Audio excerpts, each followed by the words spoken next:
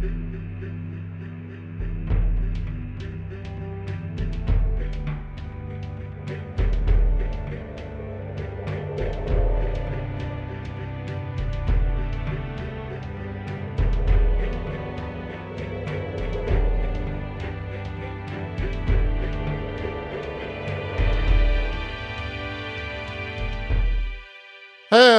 everyone. Welcome. It's time for that Manic Monday MCU crew. No. We have stuff to talk about today.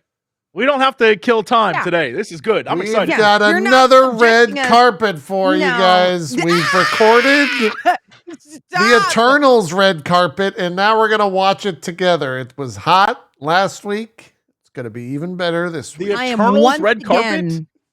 Asking the FBI to put JP in jail.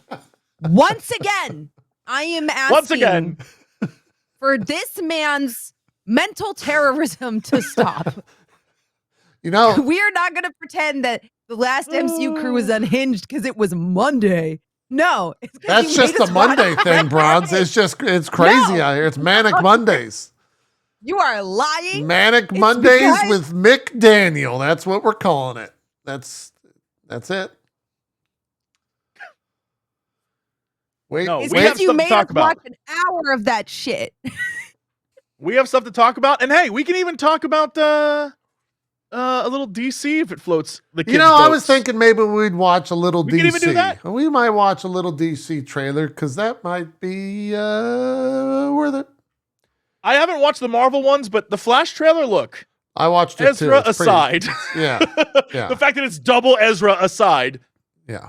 Damn, man. They kind of threw. Isn't it crazy that he still has a movie? Doesn't he have an impending court case? He's got a lot of stuff wrong. So much impending stuff. Yes. Or like some dark stuff. A human being and run away. He kidnapped a person. He's actually Darkseid. Yeah, it's funny. And like didn't he have he's got the mother box and everything. And was like wielding this gun around this mine. It is genuinely crazy. And somehow the dude's still in the movie.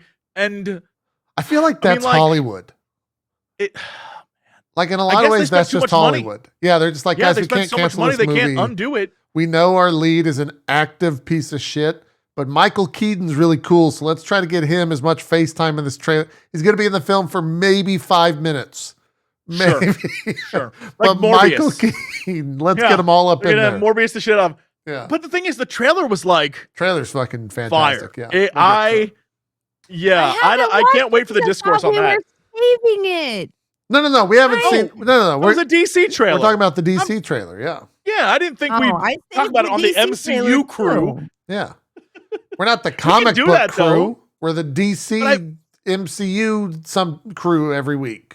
Manic Mondays. But y'all, can we just insert a pic of JP dressing up as Batman for this?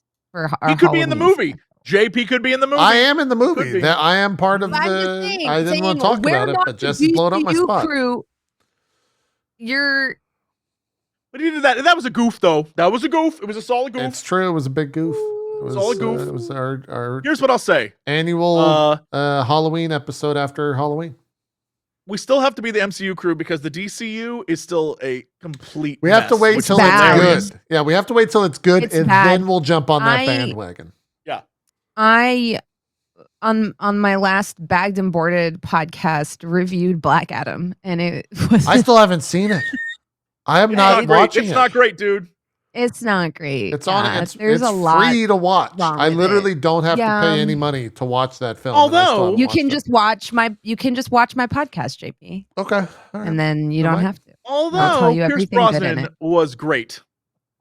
I heard he's the best part of the film. Yeah. That's the only good part. I tried to say 5 things I liked about it, and I didn't get to 5, but I did get 1. And literally, the first thing I say is, Pierce Brosnan as Dr. Fate is like so good. Like, it's very good. Great casting. All the other characters were like, he is so not a fan good. Of everyone and else. Also, the way they did his scenes, his action scenes, like I would watch it just for that. I would just watch a supercut of Dr. Fate because it's crazy. I heard And it's it good. made me wish they did shit like that with Doctor Strange, and they never do. But he's like doing crazy shit in the movie that I'm like, Well, now you're hyping it up. Now I need to know. no, but that's what I'm saying. That's what I'm saying. Like, that is the only part that's worth watching. It's so weird. You have to watch the podcast. I have so much to say on this.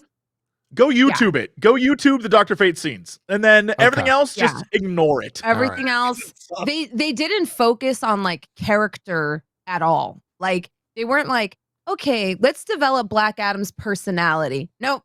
They don't focus on that at all. Well, it's just The Rock. And then, this is crazy too. Okay. So then my other critique, and like I said, this is me trying to think of 5 things I liked about it. The movie opened with like a 15-minute long monologue. Like, no joke. Like, it's just like of The Rock? No, just some guy that's like, all these years, and I'm like, this is a horrible way to open a movie. Are you sure that wasn't The Rock talking? I'm positive it wasn't The Rock talking. And The Rock doesn't show up until like 15, 20 minutes into the movie. That's what I'm saying, JP. It's weird. Like, some of the choices they made, I'm just like, starting the movie with a giant exposition dump, odd choice, but okay. You gotta let him cook, but man. Then there's The like Rock's cooking. Some highlights, and some of the highlights are like Dr. Fate, and I wish they had just stuck to the premise of these heroes fighting Black Adam. I don't think they needed anything else, but they have this side bit with this crown, and it's bad. Okay. And the villain does not look good. It looks bad. The villain looks like something out of Devil May Cry or Bayonetta. I don't know how to describe it. I'll watch the Dr. Fate scenes. You convinced me. I'll YouTube those. Yes. Those are worth watching. What sucks is it does that thing where he's like, it's really ham-fisted, where it's like Black Adam is the anti-hero, not a villain, even though dude is villainous as hell. But it's like, no, he's an anti-hero who murders people, but all the heroes are like, we don't kill. And he's like, I do. Like that kind of shit. And you're like, oh my Lord. Yeah. Okay. No, I saw the trailer, so I know that exists, but yeah. All right. Yeah. That's Black Adam. I wish it had just been him fighting the heroes. That would have been a much better movie. Because all my favorites were that. Then The Rock dies, and then The Rock can't come back. That's why. No, there's got to be something. The Rock changed the DC forever, the DCU forever, because he got it canceled. He got it completely destroyed. It was his fault. It wasn't his really? fault. The first time we saw a crack in the persona. You know, like The Rock is a very crafted persona. It's the first time we saw like a big L. Referencing? The whole James Gunn thing. They canceled everything in the DCU. It's all gone. Because that movie tanked so badly. I wasn't in the loop on that. What? Oh, is James Gunn rebooting the whole thing? Yeah, that's what The Flash is. Yeah. This is what's insane about it. The Flash is like Flashpoint. They're going to reboot the whole thing, except Aquaman. There's still a few other movies. Like, we're also going to have Aquaman 2 for some reason, which is, again, let's wait a while before we like deep dive DC because it's still pretty shit. We got to jump on the bandwagon, not start the engine. But like, why? I don't know. I do like Jason Momoa as Aquaman though. I'm sorry. Look, crazy. Everyone will admit he's very it's a nice film to look at, but the rest of that film is pretty bad. What's crazy is it suffers from the problem a lot of DC movies suffer from. Too many villains. Where I'm like, why do you have also 8 villains? Too much going on. Too much going on. Oops, bad writing. That's what I mean. Kind of corny. You got Black Manta, you got Ocean Master, whatever, and I'm like, why don't you have one clear villain and establish that story? And they were like, no, there's it wasn't great. 3 concurrent stories, and that kind of happens in Black Adam too. They always do it. They never have faith in like one plot line. They're always like, there's going to be 2 or 3 different plot lines, and each of them is going to have a different antagonist. I'm like, that's because they're trying to speed along. What the biggest problem the DCU suffers from is somewhere along the line, someone said we need to get to our Avengers as quick as possible. and then we can expand from there. Yeah. So every movie is like 50 things happening so that then they can all tie it into a bigger film. And you're just like, bro, no story was told. You just told us like a series of scenes. Like Aquaman, the first movie, is an adventure film where they go to different locales and search this. And lore-wise, incredible. I love the lore. Like this, the one scene with like the sea creatures that are chasing them underwater. Like that shit's fire. That looks so cool. Mm-hmm. But that's all it is. It's beautiful looking. There was some like cool lore. I learned a lot about like the undersea kingdoms. I was like, that's fun. But like the story, nothing happens. 1 minute, he gets warned, like, your brother or whoever is coming for you, and the next minute, a tidal wave. Like, it's within minutes of each other. Shit, it's like, we got to keep going. And that's, you know, that's just as bad as Marvel being like, the first half of this movie is all character, and the second half is a giant set piece that has nothing to do with character, and we're just going to blow stuff up. And you're like... That was me. My bad. Yeah. Okay. That's the DCU. I have more to add, but I'm not trying to derail us more. So I'm going to be responsible. Okay. And I'm not. I'm proud of you. I respect your responsible act, your responsibility that you're presenting here. Yeah. And why does it sound like an insult? I mean, I think that's your insecurity about leading the show. Now this is the insult. I think that's like your insecurity that you're projecting onto us for sidetracking us every single week on the MCU crew. That's it. I'm the sidetracker. You love me, Chad. Shut up. I did make the decision, though, because we're into a 10-minute video and we haven't reacted yet to a trailer. We're going to make a second video after this where it'll just be the trailer react. So if you're waiting for that, come back when we're done with the episode. It'll just be a different pod. Jesse Cox. Yes. What MCU property do you believe was the most pirated in 2022 when it comes to non-movies? So like a Disney Plus show. Oh, Disney Plus? It narrows it down. It's an easier question. And where is it on the top 10 list? I want to believe it was Loki, but for some reason I feel like because of time. Oh, man. Bronze, any hot takes here? Okay, all right. Oh, I'm going to guess WandaVision because it's the first thing and not a lot of people had of 2022, not all time. Let me state of 2022. Miss Marvel. Okay. Jesse's I'm in for gonna Miss say Marvel. Guardians because I don't think anybody re-upped their sub just for that. TV. I will eliminate your guess and allow you a second one because it's only like ongoing shows, not movies, for most pirated. Oh. There's only 3 choices, really. I was gonna say what came out in 2022. There was She-Hulk, there was Miss Marvel, and there was Moon Knight. Okay. I think that's it. I'm gonna say Miss Marvel.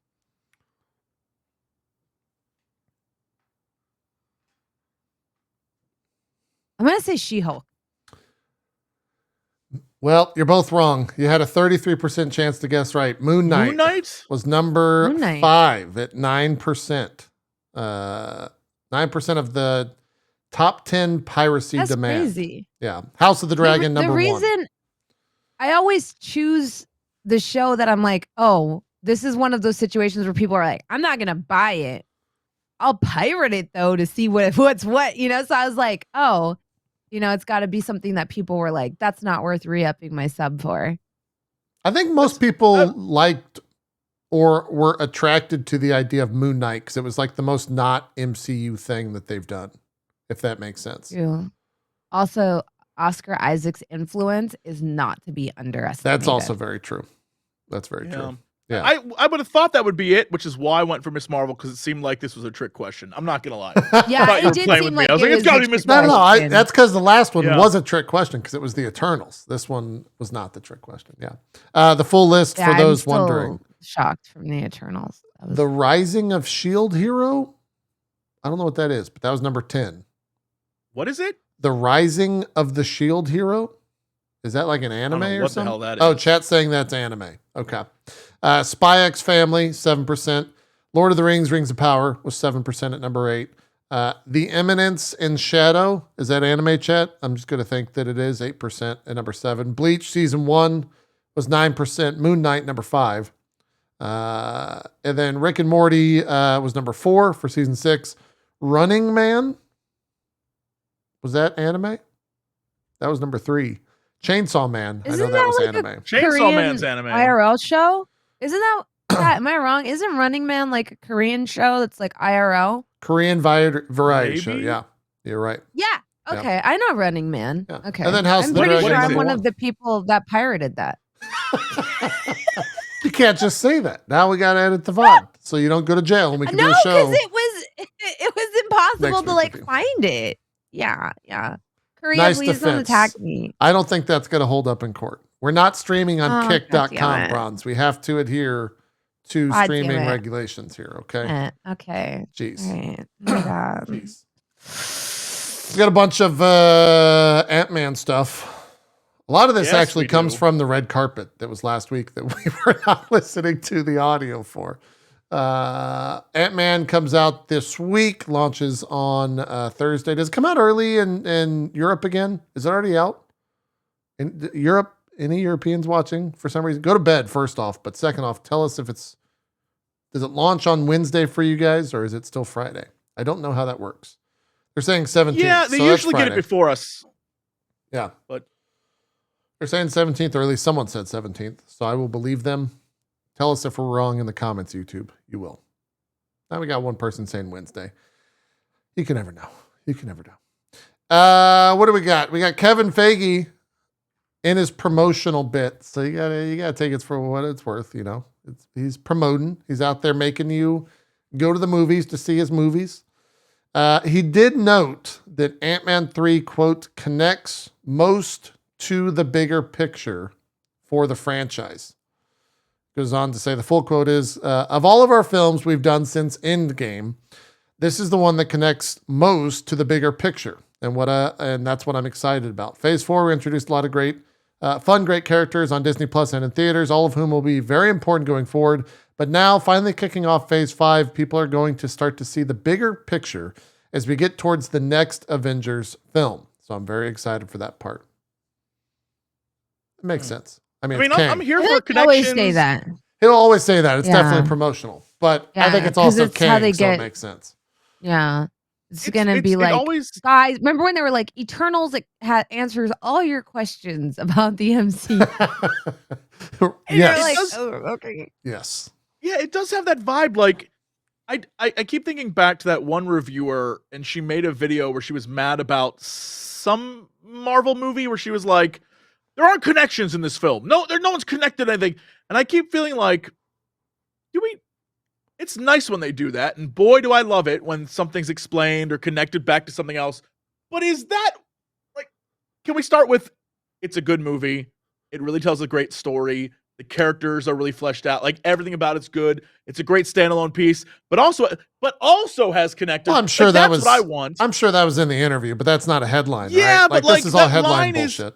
It seems like that's what a lot of fans are concerned about. Is like, how does this relate to the overall? Like, what if it was just a good movie first? Like, can we start there before we start worrying about like how it affects the greater MC? Of course it will. It's Kang. We know Kang is the next big bad. Like, we don't need that explained to us, but right.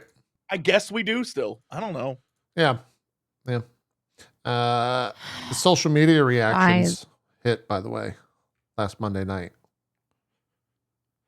I think this is gonna. Should we play guess the Rotten Tomato score amongst the three of us? You want to do that? Reviews hit tomorrow morning, I believe. So we can know the Rotten Tomato score by next episode. 83%. You're going 83. 83. I think there'll be some people, because I know this. There's some people that are reviewers who just are over comic movies.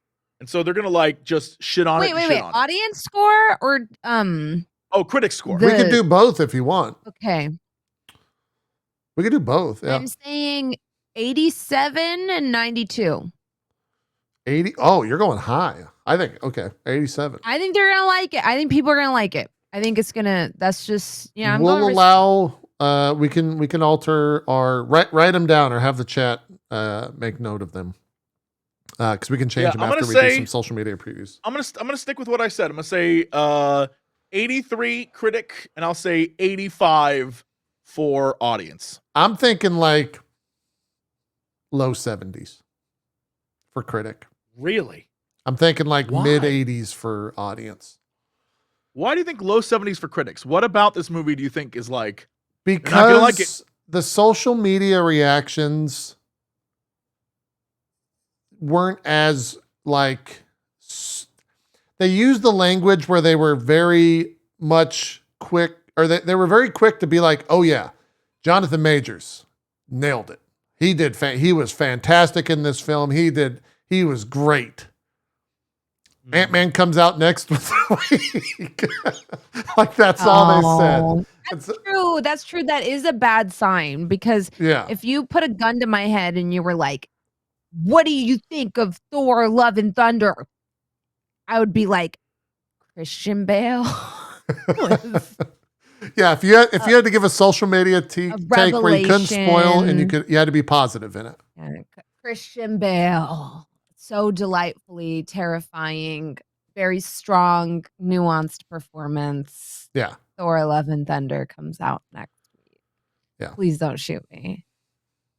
Let's read. I'll read you guys some of these social media reactions. I would love to hear these because you can easily pick up on, especially if they ever do like, it won't be for everyone. If they ever do hit you with that, it sucks. Oh, like, yeah. I don't think anybody's going that far, are they? I didn't see that. I'm just saying, if you hear stuff like that, okay, they don't want to piss off people so they can come back to the next time. Yeah. So I'd love to hear what these are. I will read them out, and I won't give credits to them, so you don't have an opinion based on where they're coming from, I guess.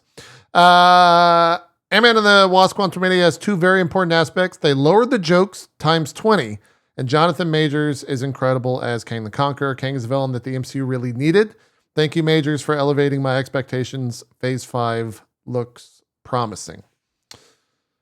Next one was, after a frustratingly rough Act 1, Ant-Man and the Wasp: Quantumania finally gets going, only to end where the story should have began. While the external stakes are clear and weighty, emotional drive felt slight and levity even lighter. That said, Jonathan Major rules. I very much dislike that review. Whoa. Yeah. That's not good at all. This one, I kind of... Quantumania is definitely Marvel's weirdest... I want to change my bet. No, you can't. You can't. Quantumania is definitely Marvel's weirdest movie yet, but that's a good thing. It leans hard into the sci-fi side of the MCU and takes a lot of wild swings. Not everything lands, but it's funny, inventive, and a good time. An enjoyable, bizarro ride into the quantum realm. I hate... That's not good. That's bad. That read like an IGN review. Like, that could go either way. Like, it's, there's close. a lot I hated, there's a lot I liked. 7 out of 10. You know what I mean? Like, the second you start saying, at least they tried something different, that's like, I don't want to shit on this movie. That's like what everyone was saying about Eternals, it's like, oh, well, at least it was different. And I get that people wanted to support the film because it had such a diverse cast. And that's why I'm saying I am a big Salma Hayek fan, I don't want Salma Hayek to be in a crappy movie. So what ends up happening is that's when you start to hear they took listen, it's different. Yeah. Everything else was good and this is different because it's bad. But it's different. Yeah. Had an absolute blast watching Ant-Man and the Wasp: Quantumania. Creative, irresistibly energetic, and filled with some great action sequences. Welcome, Jonathan Majors. Such a badass. The effects are superb. Marvel's Ant-Man and the... I'm just going to start saying Ant-Man is a strong start to Phase 5. I now understand why it's called Quantumania. Jonathan Majors is excellent as Kang and cannot wait to see where this all goes. 2 after credit scenes, and both are very good. So now you at least know that. I mean, that sounds fun. These always suck because it's always hard to tell. It's hard, yeah. Like the line that they're walking. Yeah, I don't know. People had great reviews of a few movies that I recently that I didn't like though. So I'm wondering if like I'm gonna love this movie. Like, what if the three of us love it?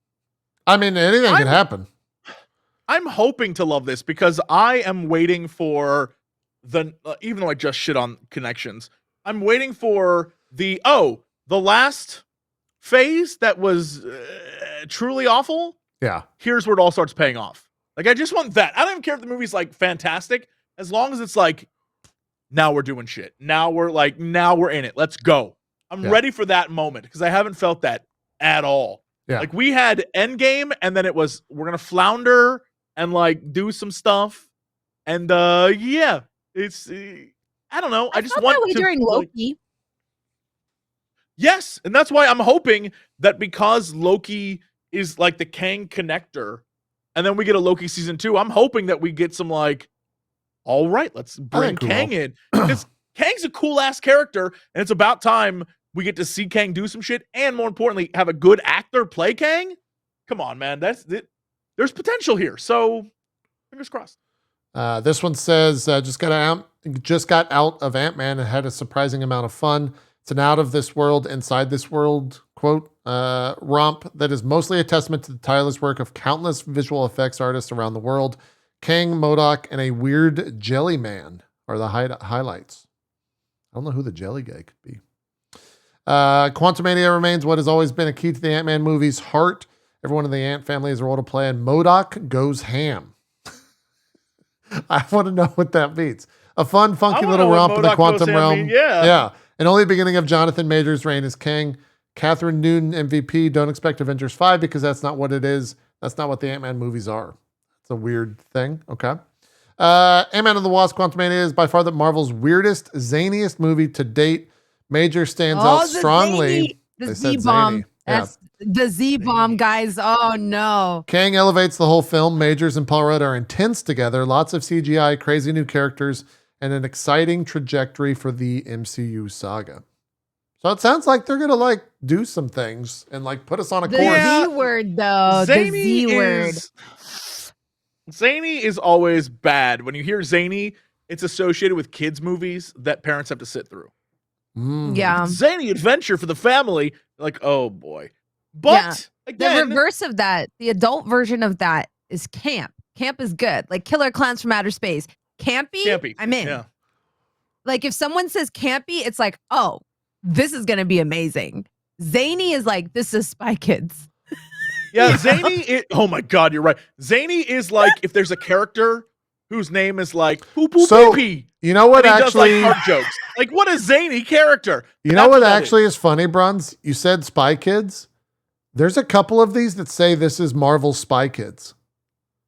That's bad, guys. That's really bad. There's a lot of them that said like the effects are Spy Kids.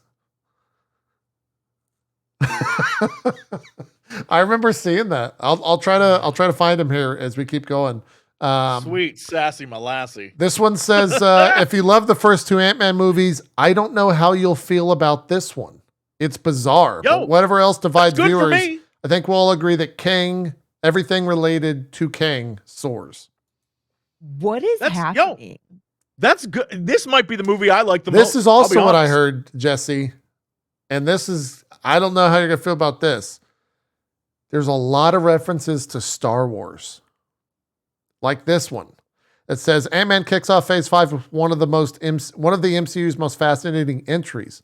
The movie is Star Wars meets Ant-Man, and I dug it for the most part. Jonathan Majors demands your attention as Kang, and he absolutely shines. Big implications for the future, too.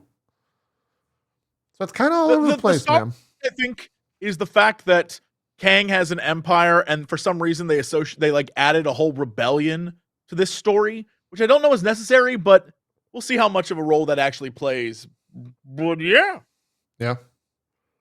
I'm trying to see what else, if there's any other ones that are quote unquote zany. Dude, zany is so funny to me. Zany. Like, I'm telling you, every time I hear anyone describe anything as zany, I immediately think like, kid humor. Gotcha. A lot of like a dragon that farts unicorns, you know, like that kind of stuff. Like, it's zany. Yeah. That's all I think about. And I'm just like, oh no. Ant-Man However, oh, go ahead. Go ahead. Finish your I thought. was to say, like, you telling me that it's people who like the first two movies are going to be like not into this one. To me, that's a great sign for Jesse Cox. I know that's why I read that, because I knew that would be something you'd be. Yeah, because movie one was fine. I wasn't like the biggest Ant-Man fan, but I liked his like crew. Yeah. I thought they were great. And then, in fact, the Ant-Man stuff where he wasn't Ant-Man, I enjoyed more than the rest of Ant-Man. And Ant-Man 2, I literally fell asleep in. So give me zany, I guess. Maybe that's what I want out of Ant-Man. Maybe that's what I need. Yeah. Here's my worry. Ant-Man will become the same vibe as Thor and Guardians, where they have kind of become like a spoofy goof of themselves. I will say that neon and like, and a lot of these that I'm not reading, they do say that like the comedic value of 1 and 2 is nowhere to be found in this film. So they actually like go the opposite direction, I think, of Thor and I would love an actual serious Marvel film. Yeah. It's weird that it might be Ant-Man, but like, okay, I'm here for it. I'll take it. Bronze, here's the Spy Kids thing that I saw. Ant-Man risk its frivolity, I think is how you would go with that, to a dramatic comedy that visually resembles Spy Kids. Although the movie lacks the charisma of the first two installments, the conflict finally moves the multiverse saga, highlighting Jonathan Majors as a fearsome king. Is it because it's so vibrant and bright? I don't know. Like, where visually it looks like Spy Kids. That, like, my worry is I just Googled Spy Kids just to see like if I could look at it again, and I realized like the green screen in Spy Kids is very obvious, but at the same time, so a lot of this was filmed with the volume that like where the Mandalorian films. Sure, and those look amazing. They like when they use them well, they look great. Yeah. So I understand, but maybe the zany they're talking about is like how in Spy Kids one of the villains has like multiple faces, or the tech is goofy, or how in Spy Kids literally there are thumb men. You know what I mean? Maybe that's what they mean by the zany is like weird, goofy alien creatures. Like, I don't know. Do we think it's the fact that in Spy Kids they wear those like stupid outfits? Do people think like the Kang armor is stupid? I don't know. You know what? F them if they think that. Kang armor looks dope. To me, it's dope, right? Like, but we're talking about a character that used futuristic technology, future armor. You know what I mean? Like, has protocols built into his armor to accomplish a myriad of tasks. Maybe for them, that's so unbelievable. And so it veers into Spy Kids, because that's like a big part of it, right? Like the stuff they're using is like so impossibly, like it's not rooted in reality. But the thing is when you take into account that Kang is a freaking genius and also a time traveler, if his tech were rooted in reality, it wouldn't work. He's not Thanos. So if you're going into this thinking this man is Thanos, like, he's like a cool, this is so mean to Booster Gold fans, but he's like Booster Gold if Booster Gold didn't suck. Booster Gold doesn't suck, but I know what you're saying. Yeah, you know, Booster Gold sucks, but in the cool way. Like he sucks, but he's cool. Yeah, he uses mundane objects that seem extraordinary because he's going through time, right? Yeah. Like Kang is like, I guess, like the more serious version of that, or the slicker, cooler version of that. Absolutely. Yeah. Yeah. So I guess maybe like if for somebody that has no clue who Kang is, like maybe that's like just crazy to see someone pull out like a ridiculous gun or something. I don't know. Here's the last one I'll read. This is probably the most negative social media thing about the premiere from last week. My son changed his mind at the last minute and skipped seeing Ant-Man tonight. He, sadly, had the right idea. Kang is as good as he can be. It's a very boring character. He's far more engrossing in Loki. He's far more conventionally stoic here. I just took issue with his role being 90% tell the same damn expository story every time. So that could be rough. That's pretty scathing. That sounds angry, but like there's a tinge of honesty there that it really worries There me. is. Yeah. To me, that sounds like the creators were like, nobody's gonna get this, so we have to talk about it a Explain lot. it over. We gotta explain how time works and time. Yeah, it could be. Especially Like, when that's you think what about. it sounds like to me. Yeah. Yeah, it has the same vibe as a lot of Star Wars does this too, where they're like, well, kids are watching, so you have to double explain everything that's going on. It's like, kids are smart; they will get it. Just give us I don't know. I will say that I've been I went on a Spy Kids deep dive, and I remembered Like just now? You remember the now. thing where he flips it down? That's what I think of when I think of Spy Kids. People, I think, forget, because I clearly forgot, the villain in Spy Kids, right? The bad guy is a children's TV show character, and it's Alan Cumming, and he has a bunch of goofy goons that hang out with him. This is what I think people are. Okay. All of the characters that show up in Ant-Man, I feel like when they say zany, they're thinking of these guys, like the weird looking, kind of like we all exist. I mean, they do look weird in the film. There's a Jello guy, right? Like there's yeah. I think that's the kind of. I just sent you a link, JP. This is what the dudes look like in Spy Kids.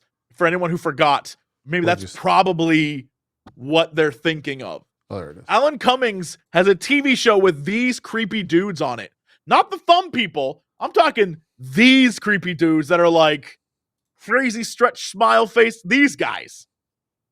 That's pretty creepy. That, I think, is probably what they're talking about. Okay. I hope they're not that creepy. Yeah, that's horrifying. Yeah. Yeah.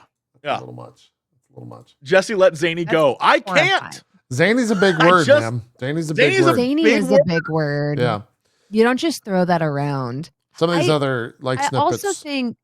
I was going to, real quick. Thanos was the appetizer while Jonathan Majors, Kang the Conqueror, is the main course. Love that. There's also a fairly big reviewer, well-known publication that just said MODOK. That's the tweet. So that's also exciting. I wonder what that's all about. Could be fun. Anyways, Bronze, what were you going to say? I think this might be a case too where people because one of my takeaways from Multiverse of Madness is that people that watched the show WandaVision disliked it more than people who didn't. Because they wanted more. Yeah. Because they were missing that context of, so we're just flushing all of this character development into the garbage. What was the point of that fucking show? For us who watched that show, that movie just felt weird, right? It's like this writing for Wanda is just, it's crazy. It's unhinged, you know? Why did you bother making an entire show where she grows only to go back? For people who didn't watch that show, they didn't feel that way. And I think that might be the case for this. I bet you people that watched Loki are going to be like, okay, well, we kind of get Kang's deal, you know, He Who Remains, all this stuff. But listening to them explain this and explain the multiverse and explain the timelines and explain that in a movie when we already know what it is, maybe we're going to be a little harsher on it. And because that's the vibe that review gave me. Yeah. Is that, well, we already know all this shit. So why are you beating this dead horse? This is the problem with the TV movie pipeline that they have. Well, we need to be clear if that's what's happening. Oh no, but I mean, going back to what Bronze was saying about WandaVision and Multiverse of Madness, that same problem is also reverse. One of my very good friends, huge Marvel fan, dude has the Captain America shield and everything. He's that guy, loves the franchises. Took huge issue with Loki, and I was like, "What? Loki's great," and he's like, "Dude, they spent 10 years making a character grow and change to the point where he'd sacrifice himself to save his brother. And then we're back to square one with a new TV show." I was like, well, if you watch it, do you understand the idea of it's Loki, but he sees all the things he ends up doing. So now we have Loki, past Loki dealing with, and he's like, I just don't care. And I was like, damn. So, and that's because there's two separate things going on. There's the movieverse, which has a much bigger audience, and there's the TV stuff, which is also kind of treading over old things. but at the same time bring up new things. And then the movies are ignoring the new things sometimes. Sometimes. And it's just, I can understand why that would be upsetting to people. Like, I get it. They're not wrong. They're not wrong. Well, we'll see. We're all going to go watch it this week. We'll report back next week. I hope it's good. Like, I'm excited. This is the first time in a while I've been excited. I'm like, I'm ready. Let's go. I will say, I'm optimistic as hell. I said it was going to be a 92, 87 and a 92. And now I'm realizing, oh, I'm out. I said mid-70s. I said 83 because I was being conservative. I was like, 83. This is what I get for being optimistic. Because normally, guys, I'm like, this movie's going to be dog water. I hope it's not, but it's going to be dog water. In this time, I was optimistic, and it could still be. Got me. It could still be. You never know. I have to. I am seeing. So when I was seeing Marvel movies up until now, for the past 5 years, I was seeing them in a theater essentially alone because the theater was just not popular.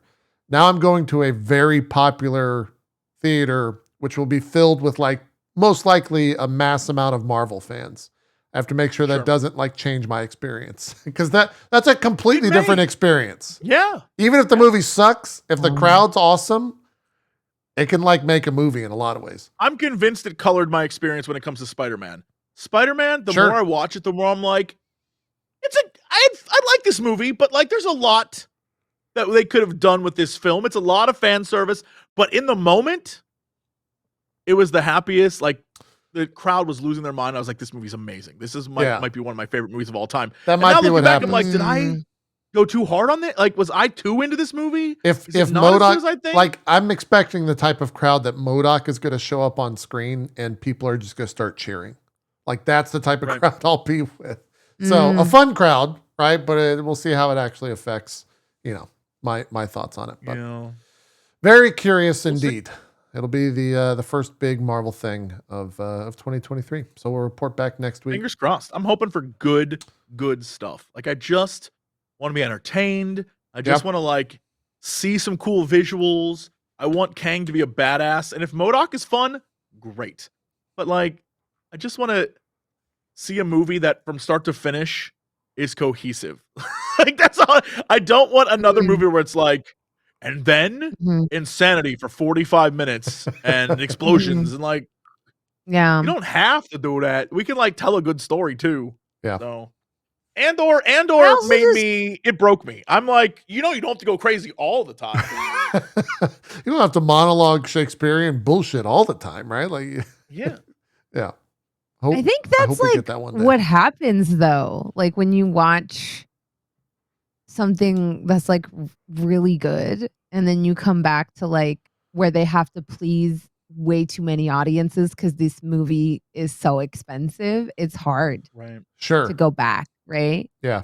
Like when, like the focus testing is to its own detriment. They have to make everyone happy, from grandma to little kids so then when you watch something that's very much knows its target demo and you go back to like watching that, it's like, it's really hard, right? Yeah. Yeah. But the problem is like that trying to hit everyone never works. Never. It doesn't. They keep trying to do it. And it always breaks my heart because like you can see it over Avatar and over somehow and over did again. It. How did Avatar do it?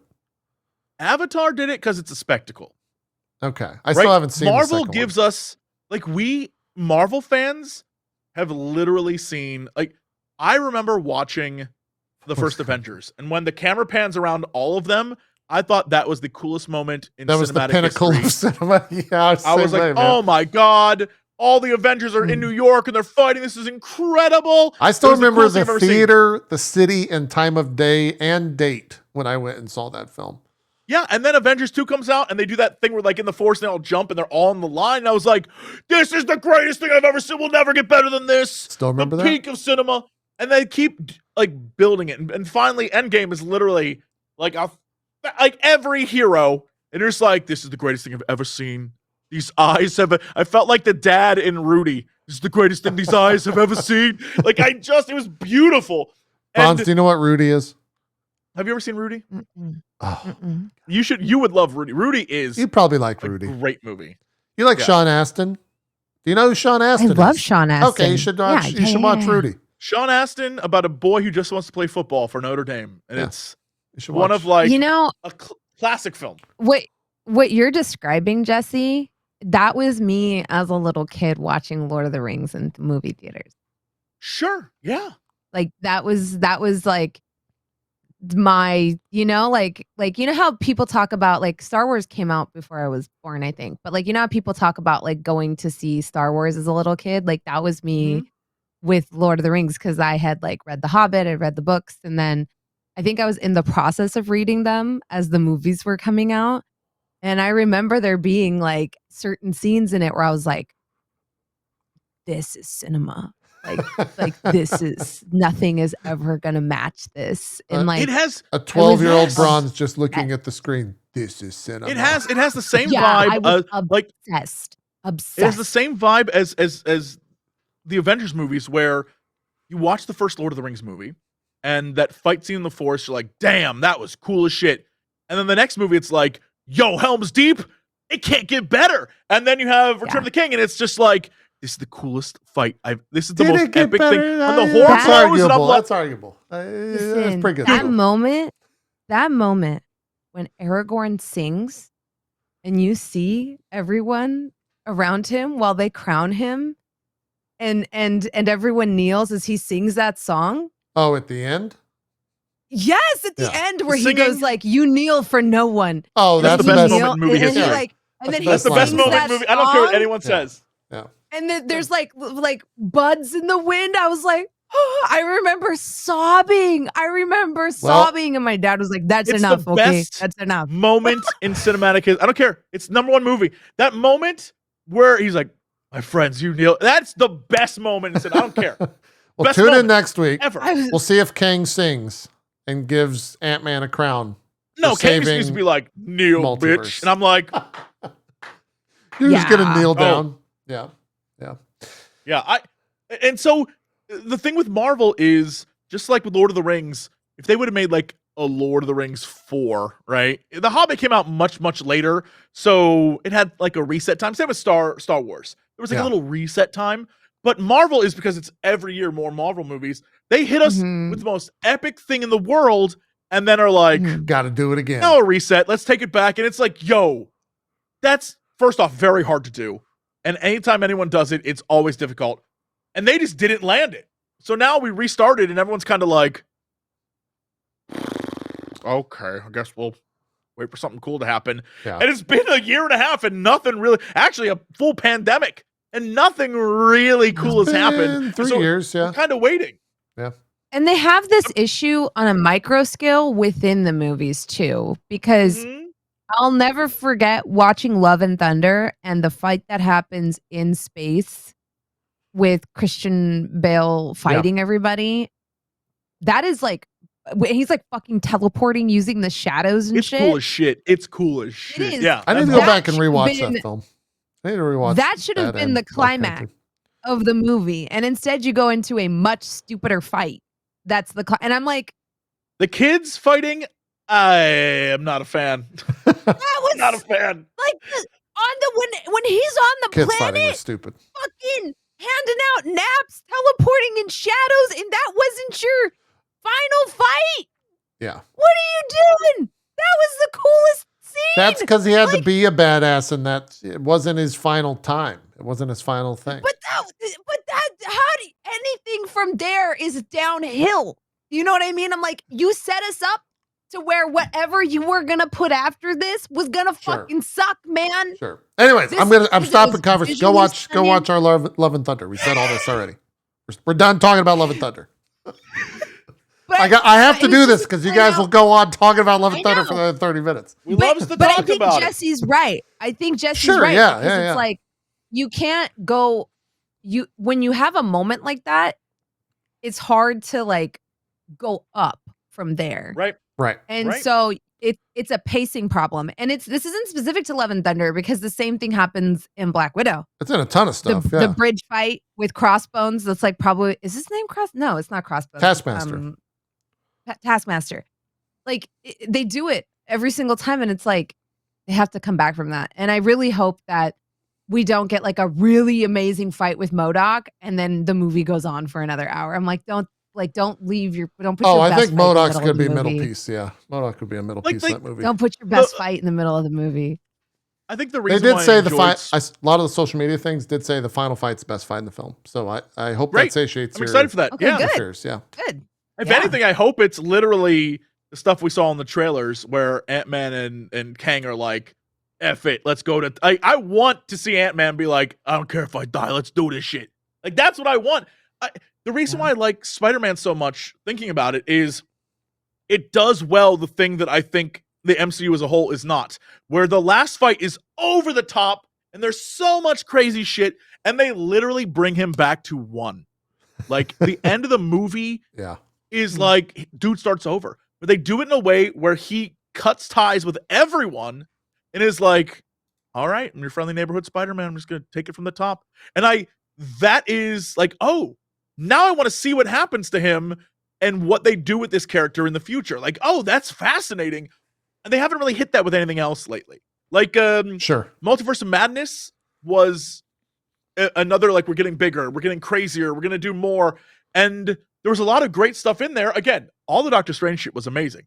But then they had, like, the Wanda plot line where it was so over the top and so big, you were like, stop. None of this makes sense. Like, it went too big.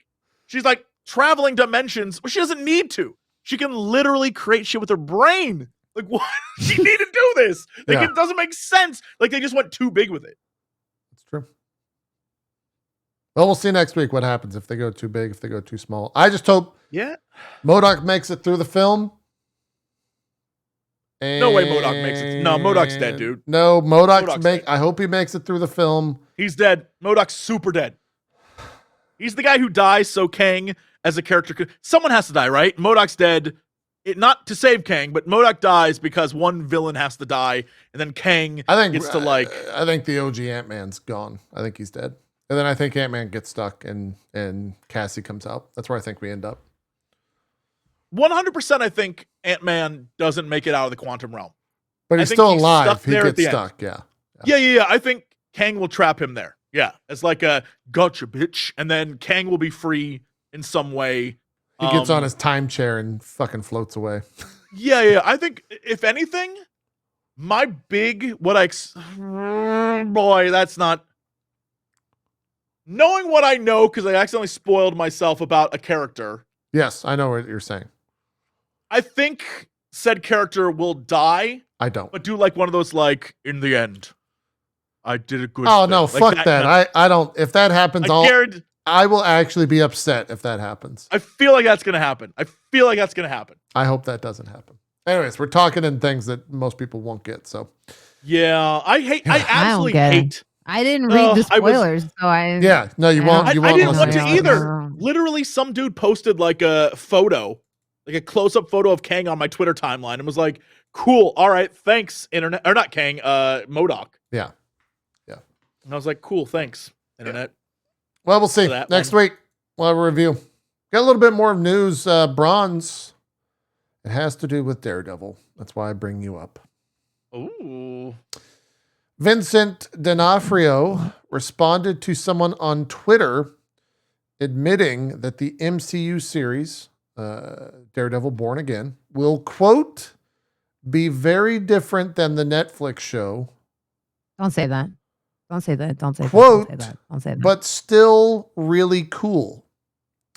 The full quote. That doesn't sound good. Let me read you the full quote. Oh, no. It's going to be very, very cool. Very different than the Netflix show, which we all know was amazing. Yet this is a brand new and really smart show. We are going to surprise everyone with it. And yes, it's going to be really cool. He said very, very cool and then ended it with really cool. I don't think it's going to be cool. I hope he's saying that because he can't say a lot. He Maybe. didn't sound like he was like, hiding the fact that it sucks. It's definitely going to be different than... Because it's Disney Plus. It's not going to be Netflix. It's not going to be as graphically violent. My hope is that it still maintains the characters and who they are. Yeah. Right? Like, When was this interview? I loved seeing the physicality of Kingpin in his little cameo bit. but please stop shooting him with arrows and shit. He's not a superhero. He's not a superhero. Stop doing that. Yeah. You can't punch through wall. Like, let it go. He had Charlie Cox back in December had an interview with NME.com. And he believes the Disney Plus show, he says, my opinion is that the character works best when he's geared towards a slightly more mature audience. My instinct is that on Disney Plus, it will be dark, but it probably won't be as gory. Yeah, I think it'll be the same thing as like Andor was dark. It wasn't gory, but like the things that were in that show. Yeah. So they can do it, and it's still Star Wars. So anyone who gets killed, it's like zero blood. If somehow we start referring to Daredevil Born Again as the Andor of the MCU, love it. That'd be Sign me up. That'd be fucking here for it. That would be. Again, let me just stress for the record, crazy. Andor was maybe the best Star Wars I've seen in a decade. Just say ever, if not more. Ever is the correct word.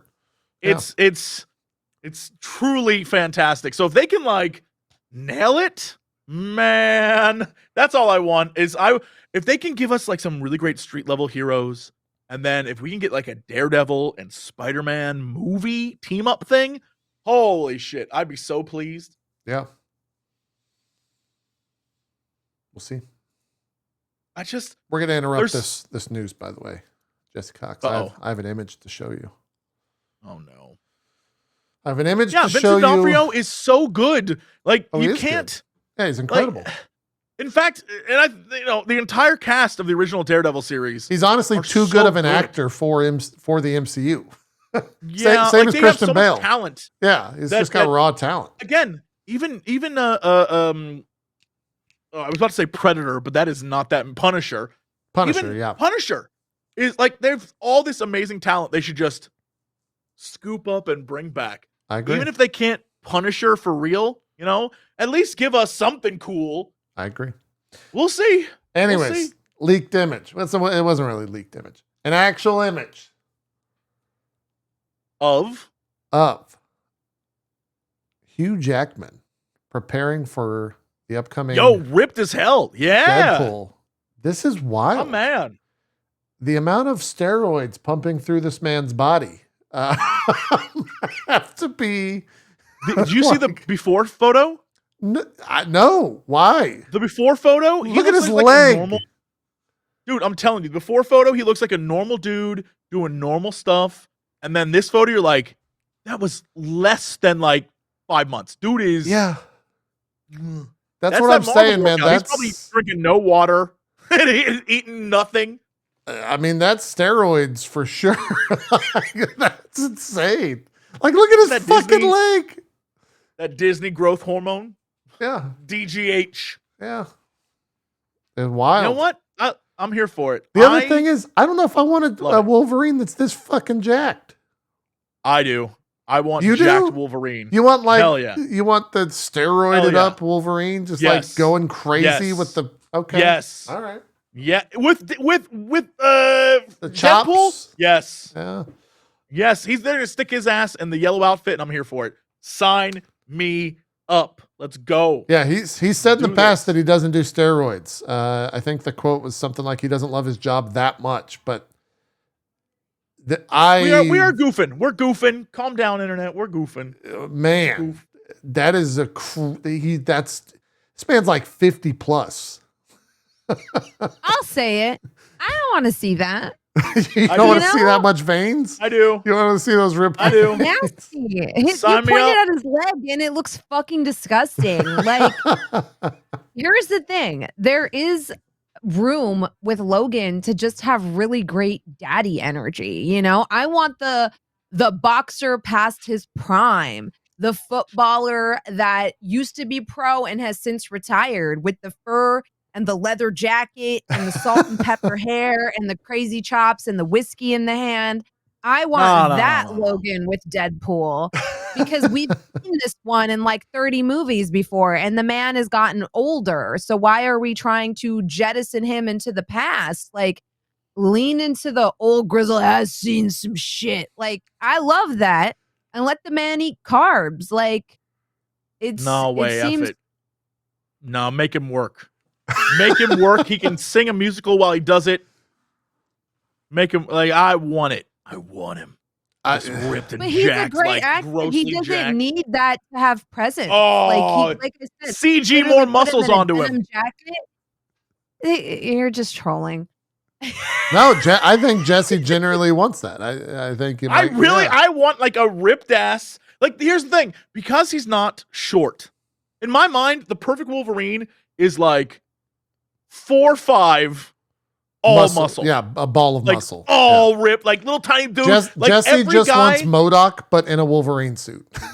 Hell yes, I want like a little tiny, like just ripped, just like I'm so angry. Like I just want that dude. That's who I want. Yeah. Oh yeah, stocky and just ripped as shit.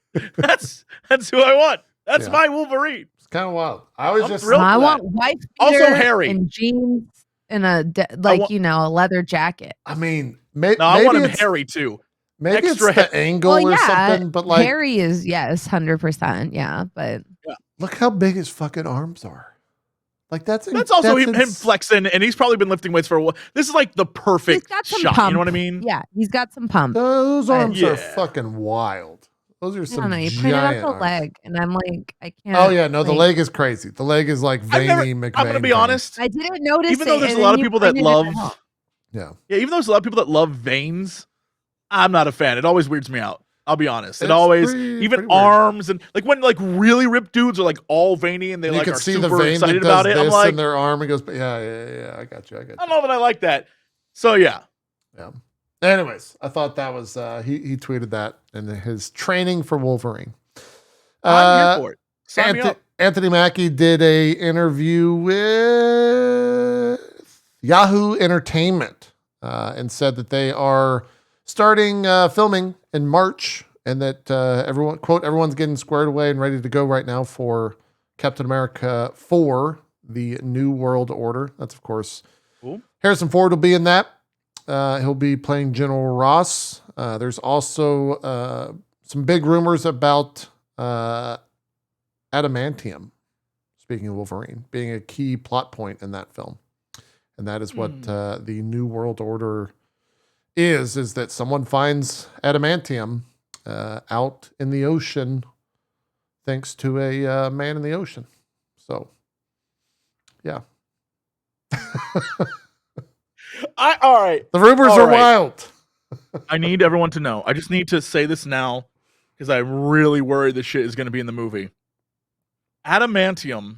Yeah. If it's because they named the giant man in the ocean Adam and it's a man, Adam Man, I'm going to lose my damn mind. Is that what they named him? What was his name? What is the Eternal? Saying, if Adamantium, if they're like, well, his name is Adam Isn't it Man, Tiamat? I'm going to go crazy. It's Tiamat, right? Yes, his name was Tiamat. Yeah. He has a name.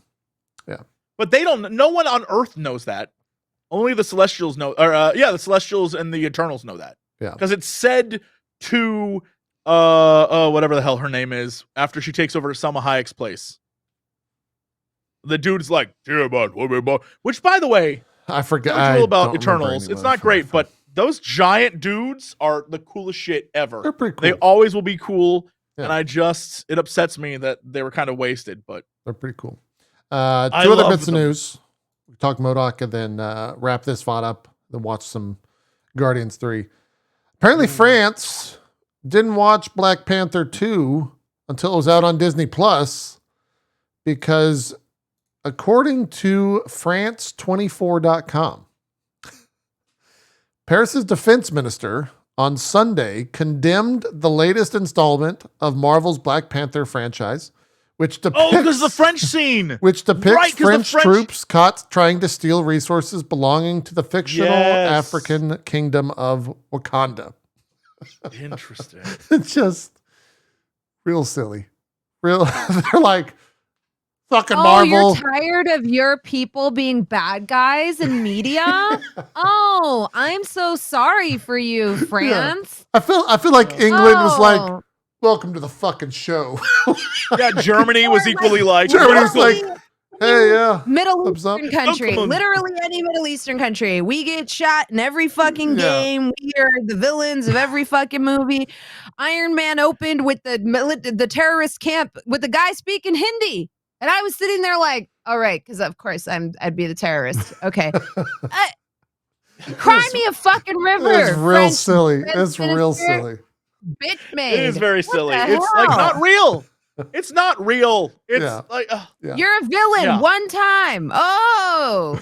It's real silly. Hell, shit. even in American movies, the American government's the bad guys sometimes. Like, we were Hydra, dog. Like, get over it. Yeah. Finally. Fine, it's all right. I have worked a way to fit Agents of S.H.I.E.L.D. back onto this show. Not like this, bro. Not like this. There's a brief Secret Invasion clip during a Disney Plus UK thing, montage, whatever. And it included footage of Samuel L. Jackson's Nick Fury with the former S.H.I.E.L.D. director, who I think is Maria Hill. Right. And through a voiceover says, quote, "Cavalry's on the way." And the reason that ties back into Agents of S.H.I.E.L.D. is that Melinda May, who we all know last week when we went through the Agents of S.H.I.E.L.D. on this very show, is named the Cavalry. So kind of a reach, but she might be coming back. We might be getting the Agents of S.H.I.E.L.D. That is in such Secret a reach. Invasion. That is. Is it? I don't know. I mean, her name is, Such a she's reach. often referred to as Cavalry. And he said, Cavalry's on its way. He didn't say the Cavalry. He responded to them as a, like, you know, as a name. Do you think maybe it's an Overwatch reference? Because they say it in that too. No, but that's Overwatch. There's direct Do you think MCU Tracer's gonna show relationship up? to the word cavalry in the world canon. Oh, right. Could happen. So there's no Agents of S.H.I.E.L.D. Overwatch crossover? No. Like, cheers, love. Not Cavalry's yet. here. They might still do it. No? It's a hot IP, that Agents of S.H.I.E.L.D. They just did One Punch Yeah. Man. Same with Overwatch. Yeah. Hot. Overwatch did One Hottest. Punch Man, maybe Overwatch and Agents of S.H.I.E.L.D. You know, maybe that's the next thing. You never know. You never know. You never know. Bronze is just done. You can't keep bringing up Agents of S.H.I.E.L.D. I know That had a people will call legitimate us out reason being like, there. It might. How do you not watch Agents of S.H.I.E.L.D.? Good reason. Good reason. That show was not good. I got to keep the comment section thriving, Jesse. I got to keep them alive and commenting. And this is how I do it. Anyways, you guys want to talk MODOK? Yes. Wait, what? Oh, the show? Yes. I was like, wait, what? The range we of already? emotions that Jesse just went through. I couldn't figure out what the hell you were talking about. Yeah, we'll talk MODOK and then we'll wrap up this VOD, then watch some trailers and then wrap up the night. Cool. MODOK episode 7 and 8. We got 2 more to go in the grand scheme of the show. We got a little bit. Murder World. I didn't expect that to get. I never know what's going to happen in this show. I really don't. Every time I hit play, I don't know where the references are going to go. But we went to Murder World. Yeah, where they have to kill themselves. It was really strange. Yeah. I and also Wonder Man was in an entire episode as a like. Is that Nathan Fillion? Yeah. Yeah. He played. I Wonder thought Man. it was. Yeah. I'm not gonna lie. I really liked Wonder Man. Let me look. I'll verify real quick. Yeah, he was great. I don't know really why like he Wonder gets Man. made fun of. Like, do you know the stigma of Wonder Man and why they just shit on him the entire time? Because I don't. I don't know enough No. about the Wonder Man. I don't know lore. Wonder Man at all. Yeah. Yeah, same. Maybe. Maybe that's why they make fun of him, because nobody knows Wonder Man. Maybe. Maybe that's like the whole thing. Of like, oh, you know, like what they did with in Harley Quinn with Kite Man. Oh yeah. Yeah, they make a lot of jokes about like Kite Man being, you know, the just the worst villain. But then they try to make that interesting somehow. Maybe that's what they did with Wonder Man. Maybe they were like, nobody really knows this guy, so let's like make fun of him. Yeah. I don't know. I thought the episodes were fine. Again, there's not much meat in those shows. They're kind of just like move on as fast as possible to the next joke. We had somewhat of a thorough line through it, like narratively, but yeah. I liked the episode 7, I think. The idea where I've actually had this conversation with people about like publicists telling someone who writes a book or someone who's trying to do a thing to like, you should definitely date that person, or you should definitely do this thing or cause some drama. That's pretty much what the episode was, where even Wonder Man is just like, you've been using me. Bye. And but then you realize that it's all like part of the bigger plot. Like it was all set up because other MODOK. I'm not sure. What do we call that guy? What's the other MODOK? Crystal Head MODOK. What does he have a name? Crystal MODOK. I don't know if he has. Yeah, that dude. It's all set up of like his plan. So like they keep tying it back in, but they never really. Again, I'm still waiting for like the big. All right, now we're gonna resolve some shit. Well, they still have like the next time. Yeah, the AIM folk, the people behind the smoke monster. The smoke, yeah, the corporate smoke guys.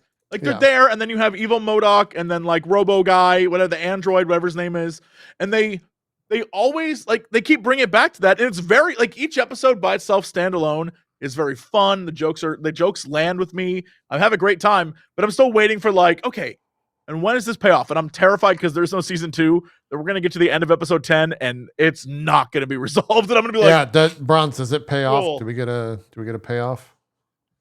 Yes or no? That's a no. That's a no. We don't get a payoff. Wait, like there's an attempt at a payoff. I won't say it's satisfying. Got it. Okay. Great. Right. Fantastic. Okay. Well, we'll have that next week. We'll give a at least for me. Maybe it's satisfying for someone else. Sure. Okay. Yeah. I couldn't when he showed up and got out of his car with the new makeup, the new look for MODOK. He looked exactly like a fucking Borderlands character. And I hated it. I hated it so much. It looks like he really does. Like he was Handsome Jack's son or something. I don't know. It looked odd. There's also a shot of him in bed too, which I was a little bit shocked to see because he didn't have his suit on. And apparently he just has like a normal neck and body attached to his head. I didn't know that was how like the physiology. That doesn't make any sense to the body though. Yeah, look where his hands are. He would have to like elongate and then stretch it. It doesn't make any sense. Yeah, I didn't get like the physiology of MODOK in that scene. Granted, he was a robot in that scene, I think. They got what does MODOK's butt look like is a question I've always had. How does MODOK have sex was also addressed in this episode, was it not? Where they're like, because you can gratify my wife and I can't. And then I was like, oh, but they broke that because then they show him sleeping with his wife. It's like, that's all fake. It's on his head. And I was like, okay, all right. They actually kind of retconned it. Maybe that's he's like talking to Wonder Man. And he's like, you can sexually satisfy my wife and I can't. Or he said something like that. Yeah. And I was like, oh, I guess I had never thought about the mechanic. Yeah, now we know. We do. Now we know. We know a little bit. Also, his son's fucking weird. His son is just a weird. Lou. I love his son. I love Lou. Lou is just like. I love both Lou's. Lou is the yes man in a room of billionaires. Is who. Lou is. I love that. Lou is so much fun. I love that character. He just doesn't fit anywhere in the show. I don't know. Like he seems like he's from a different show. It's just I love him. Yeah. So I love the two Lou's. Big fan. Yeah, Lou is an interesting character for sure. I guess I'm more curious now where the show goes. As Bronze said, there's not a payoff, so I don't know. That's what I'm saying, dude. I don't know like what's gonna happen. There's an attempt at one, but for me, it didn't land. Okay. So, but maybe for y'all it will land. That's Which one's the robot? I think this one was the real MODOK. Because doesn't he not remember his wife's birthday? And so these two are found to be the robots, I think is how they figured that out. Is the imperfection in their memory. I also just like how they're weird little guys. That was 100%, by the way, the makeover artist was what's his name from Queer Eye. Queer Eye, yes! That was him, right? Jonathan, Jonathan, I guess is his name. I forget his last name. Not Van Dyne. Their last name. Because that's no. Their last name is Jonathan Van Ness. Van Ness, yes. Jonathan. Yeah, Jonathan Van Ness. Jesse, are you losing your mind? No, sorry, I was looking at the cast and I don't see that name, so I'm trying to. Oh, really? Was it not him? That had to have been him. I think the character could have been based on them, but I don't know if they played the character. I just don't see the name on here. If Jonathan Van Ness is in, maybe, I don't know. His name was John. His name was literally John in the show. That had to have been him. He's not on here, so maybe it was just a cameo. Yeah, the guest roles it doesn't have listed. Got it. Within the cast on Disney Fandom, he is listed. It also says Nathan Fillion was playing Wonder Man. And Alan Tudyk was Arcade. Yeah, Alan Tudyk was the guy who ran Murder World. Arcade, yeah. Who's an actual real character from the Marvel But that made world. sense. Like, Alan Tudyk pulls off good, fun voices all the time. So, like, that checked out for me. Yeah. It's a weird show. I can totally understand why this show only got one season, though. Without a doubt. Yeah. It's very specific to that audience. So that's that. We'll finish it up. It's fun. Yeah, but it's definitely, you're right. It has a very specific audience. The reason why I like it is because of the deep cuts. And I know a lot of people, that's not their vibe. So, yeah. Like, I get it. Have you guys heard about Moon Girl and Devil Dinosaur, the show?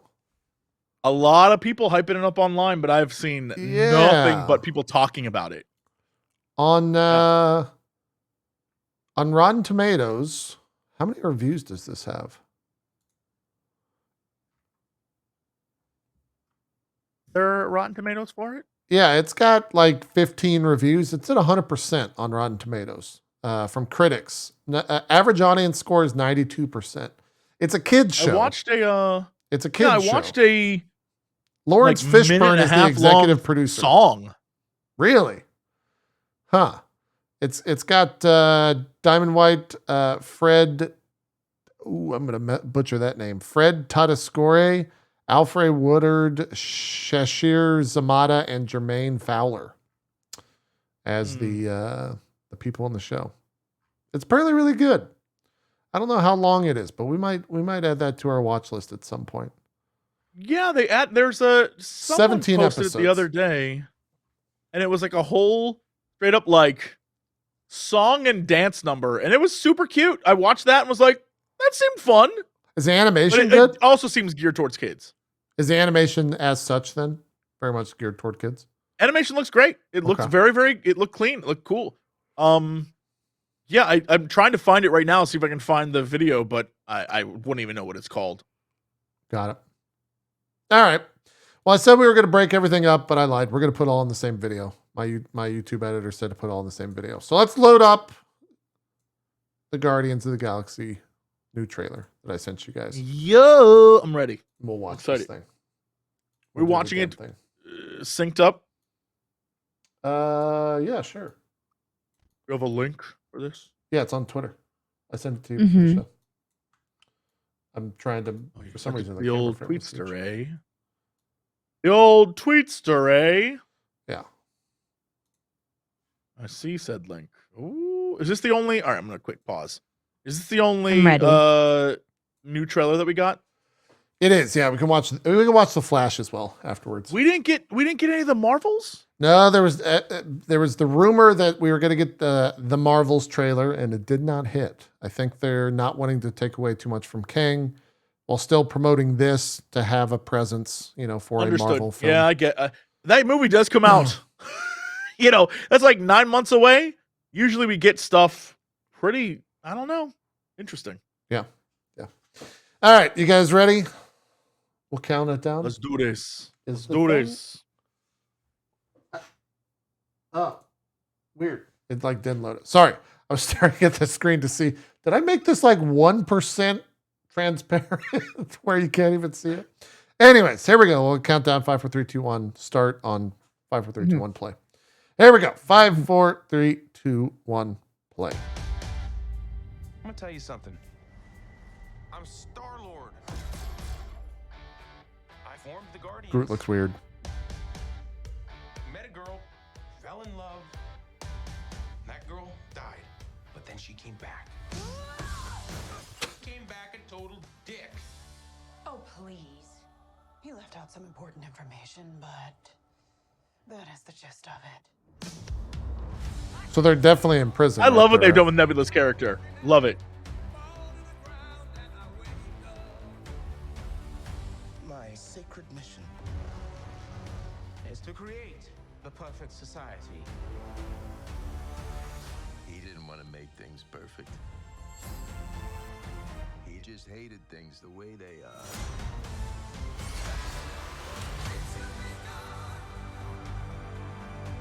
Is that an Among Us reference? I don't believe it. That's what everyone was saying. I want you all to know that I'm grateful to fight beside my friends. Incinerate them. Whoa, we got some action Warlock.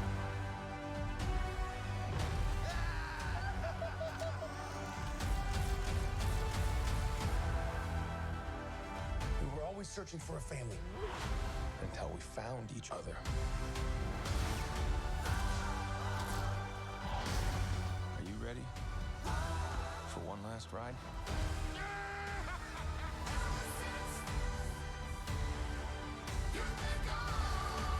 We'll all fly away together.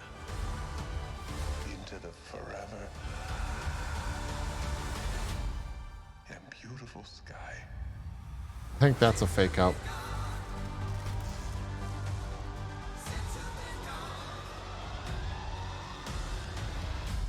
Whoever it was that you were in love with, it sounds more like her. Her? That's ridiculous. Do not bring me into this. Knock it off! Never noticed how black your eyes were. They were replaced by my father as a method of torture. He picked a pretty set. I kind of love that. Kind of love it. Yeah. I'm not a big fan of the music choice this time around. Really? I thought the music like, choice was great. It wasn't like a big some of the- bombastic track that they usually do, but Well, some of the things that some of the scenes visually, I don't think meshed well with the song. Like, you can't have a dramatic Quill like, ah, and the song in the background is like, since you been like a gone," power it, like, doesn't fit ballad. well. Yeah, it doesn't get fit that. well. I But thought with the that song said- choice was good. I'm excited for the songs. I mean, it's a Guardians film, so The the song soundtrack's is fine. always I great. think the way it was edited, like, this one was more of a spectacle song. And so some of the shots with, like, you know, some of the cool action shots fit perfectly. But I think some of the more, like, emotional beats, it doesn't mesh with the song well. I will say, the ending bit, I actually really like that. I thought that, like, little sting at the end was really funny. So, Yeah. I don't know. It does. I always worry because of how just these are cut, and I understand that. But whenever I see that now after seeing Thor, I really hope they don't go like too crazy with that. Like James Gunn, I think is better about it, having seen like Peacemaker than Taika generally is, where Taika can just go like so crazy with that type of stuff. I hope Gunn reels it in. And it sounds like he's going to. I think they're trying to definitely make this a send off to the Guardians, or at least the Guardians as we know Sure. it. I just hope that the goofs per minute are like not as much as a Thor, right? Like we were talking about that earlier. I don't want constant nonstop quip after quip after quip. Like, give me a good story, tug at the heart. But I also think that's like the Guardians of the Galaxy's bag, though. Like, they kind of Right. started that train of success of like, 100%. and unfortunately, every other movie or every other director that's come after has been like, I'm going to do that. And it's like, no, that's like their whole thing. Like, they're on a planet with crazy clowns and loonies, and they have to defeat Yeah. the clowns with a walrus. You know, it's always been But there's been a like balance. though. zany. There's been a balance. Like the Guardians film have balance where the others don't, I feel. And you're right. It's because the Guardians like started that, right? Like if anything, the Guardians are probably, those films are probably why we have so many one-liner quips and like every Marvel property after it. Yeah. It was successful, right? Like Guardians was super successful. That's why we got 3 of those movies. Yeah, they had a dance-off. Is like the final fight of the film. There's a dance-off. But that worked. But the brilliance behind what it is before that moment. Like if you look at what Guardians is, and the same thing with Guardians 2, even though I don't like it as much as the first one, the idea that a ship is crashing, and in order to save everyone, literally one of the main characters sacrifices himself to save everyone else. And then they crashes, they get out of the wreckage, the bad guy's still alive, and Peter does a goof move, but the real ending is they all join hands together and he sees his dead mom like tell him to like there's an emotional beat. Like Gunn can do that. That's how Gunn handles stuff, goof, emotion, goof, and it feels good. And I think the problem with Thor Love and Thunder is it was like every emotional beat was killed by the goof. And you have to like weave that thread very finely. And I think that's the difference between the two. And so my hope is that the continuation here, it like the ending of Guardians 2 was so sad. Like it was like an emotional ending, but it was also goofy. Oh shit. Yeah, it was. Yeah. I had to think for a second what happens at the end of Guardians 2, but yes, it was incredibly sad. It's incredibly sad, but also like beautiful. Like it has a resolution and everything makes sense. And so you're like, okay. Same thing with Peacemaker. The idea that it is a goofy show, the characters are fucking ridiculous, but what ends up happening is that at the end, it's kind of somber and sad, and it's about a dude who's like racist. It made you care for ruined him. Yeah, God, it made you care for just the shittiest person. Yes, and you're kind of like, oh my God, I can't believe this show did that. Yeah. And so I feel like, if anything, James Gunn has this like ability to do that in a way that a lot of directors can't. Like, don't get me wrong, I love What We Do in the Shadows. Like Taika Waititi can nail it, but I think his thing is comedy, not the mix of the two. Yeah, and you know, we'll see, because I feel like you can go too far. And if you're gonna do an emotional third final act for the Guardians, it has to be an emotional final act. You can't. I think it'll be emotional.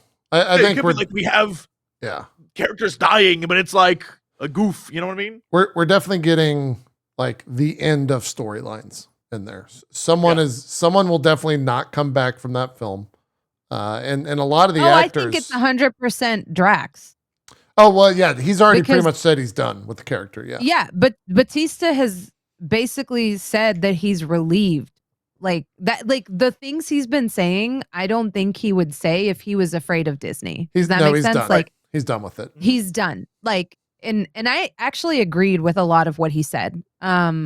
Where he basically did an interview with, I think it was Collider or Variety, one of those two. He's been doing a lot of press. Sure. Yeah. And he basically said that like they completely fucked his writing. That everyone else has like these like kind of what Jesse's talking about, these really like emotional like through lines that carry through the plot and you have the resolution. And they said Drax is one-dimensional and they completely dumped his trauma. They completely like just jettisoned all of that. So he's this stupid one-note character that has one bit in every single one. And he said that he really wanted, like he took acting classes and he really, really wanted to like show the different sides of this character. And he said that he said point blank, he said, I feel disrespected by how they handled my backstory. There's a little bit of paraphrasing there, but he did say disrespected and he did say specifically about his backstory. And I mean, he gets one mention of like it. They didn't. Yeah.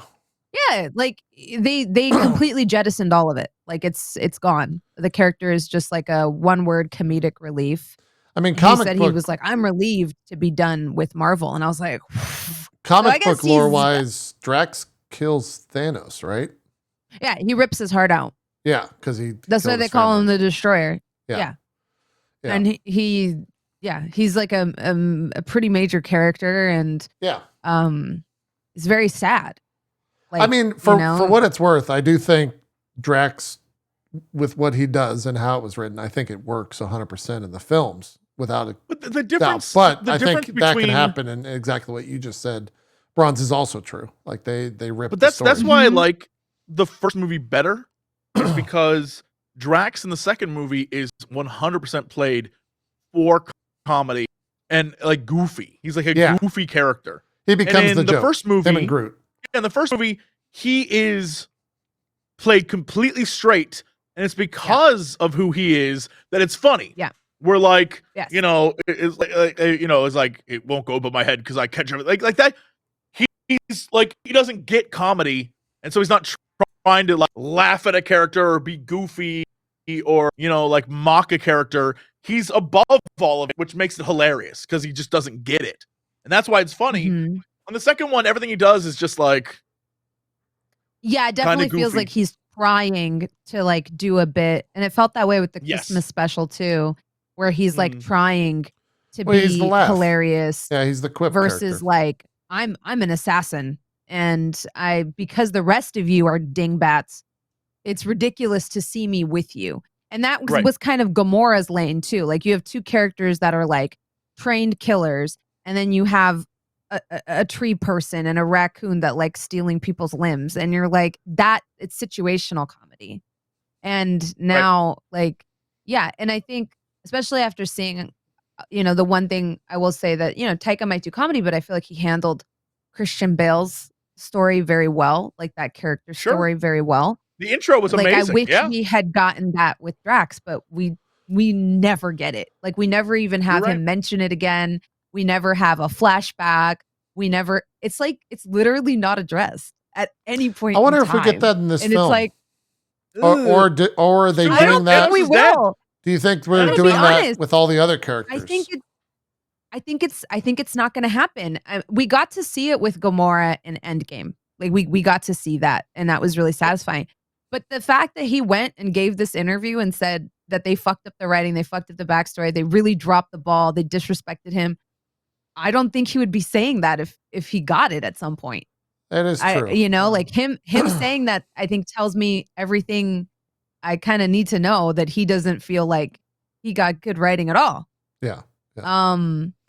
Which He- sucks because I can't imagine how excited you'd be to like get to be a canon character and read the comic books and get into crazy shape and get so, like I said, the dude took acting classes. He was like, I'm gonna do the best job ever. And then have your character, I mean, Star Wars people, Star Wars actors probably deal with this a lot, but you know, have your character totally dumpstered. But I think he dies in this. That's I don't think he's coming back. I think he dies in this because I don't think he would go off the rails if he was going to come back. I don't know if he dies, but I could totally see them sunset the character to where he just leaves and doesn't come back.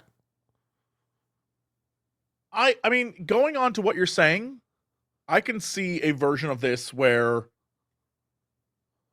we lose, because, you know, just the actors do a million. We lose Drax and Gamora, and I think like, we could even Peter's gone too. I think Quill's gone. yeah, like we're gonna get a Guardians that's led by Adam Warlock. It's 100% happening. He's being he's gonna take over. You think Rocket sticks around or lives, sticks around, persists, whatever? I don't know. I feel don't like of know. all I the mean- like mainline Guardians, Rocket is the one to stick around. I mean, it's the most. How do I say this without like discrediting the actor? He doesn't need to show up to set to do the films.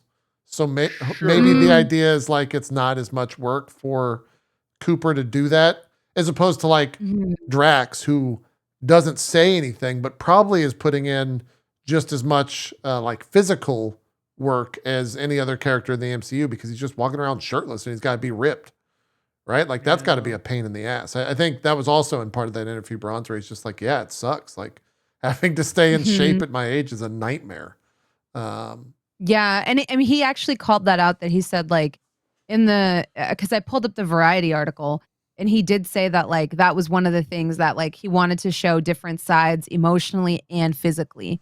And like, I think like, yeah, he hasn't had a costume change. No, he's been Since his he's just introduction. walking around with tight pants and like ripped shirt. So to Or not have ripped shirt, to be but in ripped. immaculate shape for a side character, I would be annoyed too. Why can't they put him in a sweater or costume? Has it been a decade? Like, Yeah, dude. yeah. Like, why that's- doesn't he have like a jacket? Or Drax is sometimes clothed in the comics. Like, they could come up with a costume, a jumpsuit, something to help him out. And they absolutely have not. Because I think that character is an afterthought.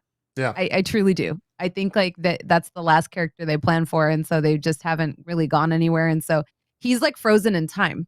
Right? Like he's changed the least from like the first movie to this one. And it's frozen in time because what he does consistently works for what it's designed to do, which is just an unfortunate result of that character working so well in the first film that they just like dumbed it down to always be that. Batista was 44 when they filmed the first film. That's in crazy. 2013 they filmed it. Yeah, he was 44. I mean, for Hugh Jackman to look like that, then totally makes sense. If they can pull that off for 10 years. He's 54 right now. I didn't even realize. That's crazy. Yeah. He's definitely Wrestlers put in are the built different, man. I They went really to are. the AEW show in Seattle. They had they had like Sting. You know, there are people from like my dad's era that are still wrestling. Oh yeah, and I still just think doing that's as crazy. much physical activity as all. Yeah. Yeah, like Jericho. Like there's like it's kind of crazy, but like people that I've grown up watching are still wrestling. And they're built different. They're they're tough. They're tough people. They work through injuries. Yeah. If there's anybody like I have so much respect for Batista because I'm just like, yeah, they're built it's been a little weird the past month because he had the one. What is that film that came out? The M. Night Shyamalan film that he's in. It's like the one who knocks or remember knock at the cabin. Knock at the cabin. Yeah, there was a massive amount of definitely publicist led conversation and articles about like Batista's the best wrestler to actor conversion that we've ever had. It was really weird how much there was of that. But that being said, if you go watch Blade Runner, he's fucking phenomenal in the scene that he's in. So I can totally understand and agree with that commentary. I mean, and it is a little sad we don't get to see that in the Marvel world, but we barely saw him in Dune 1, but in the sequel, he's supposed to be a Dune big is role. Major character. Yeah. So like, I'm kind of here. Batista, I mean, Glass Onion, he was good in that too. He was very dude good. Can act. Yeah, without a doubt. It's nice to see that he takes it very, very seriously. Like he gets upset when they're like, your character's a goof. Yeah. Like, dude took acting lessons. Let him have this one. Like, dude, some of I'm here those for it. Batista just in general seems like a fucking all right badass guy. If you go read about his like upbringing and past and all that, he seems like a pretty badass person. So sad that he's going away in the MCU. Me too, but I also think he's gonna go on and do great stuff. And he was really being underutilized. You know, he really was. Yeah. And so I think that my issue with Guardians is like they keep, how do I describe it? They pick up a lot of strays. And unlike like, you know, a D&D party that kind of interacts with these characters at regular junctures, they kind of just keep expanding that roster, if that makes sense. Yeah. So the inevitable downside of that is that there are characters that just don't get a lot of screen time or don't get a lot of writing. And I'm worried for that for the next film because they, like Jesse said, Adam Warlock is finally showing up. He's a massive character in the world of Marvel. He's got to be a thing. Yeah. He's got to be. He has to show up on screen and have that charisma from the first time you see him, or it's gonna suck. Yeah, that's the holy trinity is Nova, Adam Warlock, for and like Star-Lord. Yeah. And the Star-Lord is typically a title, but they haven't done a good job of establishing Star-Lord, if that makes sense. That like I think they've made a couple throwaway jokes. I'm Star-Lord. Who's Star-Lord? So now we can't even have someone come and really inherit that mantle because Peter Quill, more people know who Peter Quill is than know who Star-Lord is. Because in the comics, like Kitty Pryde is Star-Lord at one point. Like it's a title, kind of like the Green Lantern. Like there's different Star-Lords. But in this case, like and same thing with Nova, like Nova Prime. There's different Novas, but in this case, I think like they didn't do a very good job of like establishing that this can someone else could Peter potentially get the guns and be Star-Lord. So I think like unfortunately that character goes away. But I do think we are gonna get like a Richard Rider Nova. I hope so. I mean, Nova's like such a badass character. And so does Adam Warlock. I don't know enough about the actor. 3 in one movie. I kind of wanted to see the 3. I'll just give me a Nova outfit. That's all I want to see. I don't even care who it is. I just want to see the Nova outfit. Yeah, I love Nova. Nova's one of my favorite characters. And so when we saw Nova Corps in the first movie, I was like, "Oh, Nova's coming!" And then like 10 years passed. It was. We haven't seen it yet. We might get a tease at the end of this. Nova, but it depends on what happens. I guess the Nova Corps. You would think that after that first film, that Nova Corps is like, guys, we got to figure out what we need. We need like a dude. We need a guy, and then we just haven't gotten it yet. So yeah, because Nova's whole thing is like he pulls power from the rest of the Corps, and like because he's like Nova Prime, he's like the main one. Yeah. So in my head, I was like, oh, because everything's destroyed, he'll have all the power by default. Like they've kind of explained it away. Like perfect. Like they're in a perfect point to introduce Nova. Like, oh, instead of having a whole Nova Corps, we just have one, and his name is Nova. Yeah. But then they never did it, and I was like, but you guys set it up. You could literally introduce it at any point in time, and they haven't done it. Yeah, they didn't set it up, but they set up Adam at the end of 2, right? Like they did set up Adam. Yeah. So I guess I'll take one. I'll take one instead of the other. So yeah. The one I don't like is the oh gosh, I forget the character's name, but the arrow. Yondu. Sorry, I could not think of Yondu's name. You don't like Yondu? I like Yondu. I don't like new Yondu. You don't like Kraglin as Yondu? I like Kraglin as Yondu. No, I like the idea of taking somebody's fucking headpiece and jamming it into your head, like it's weird. It is weird. It's weird. It's a body mod, and he took it, he ripped it off and jammed it on his weird head. Flesh but that's what he wanted. Isn't that what how did he? Creepy. How did he happen upon Yondu's fin? I think they mentioned either in the Christmas special or in something that he like inherited. It was in his cabin or something. I don't know. Like it's weird. The idea of that is just weird to me. That like you would take something that's been in someone else's skull and be like, oh, Quill gives it to him at the end of 2. Okay, it was gifted to him. It was a gift. I totally see what you're saying, Bronze, but I like Kraglin. I think Kraglin's a funny character. If we get to see more like, I like Kraglin as Kraglin. I don't think he needs to be Yondu. I don't think we need to. That's what I mean by they keep picking up strays. Like that can be a minor character that we see from time to time on the ship. We don't need another Yondu. Yeah, I see. Yondu is not fundamental to the Guardians of the Galaxy, at least in the films, right? So like that's the part that I'm like, we've got Mantis now. We've got like, I don't know. I feel like there's a lot of bloat in the roster.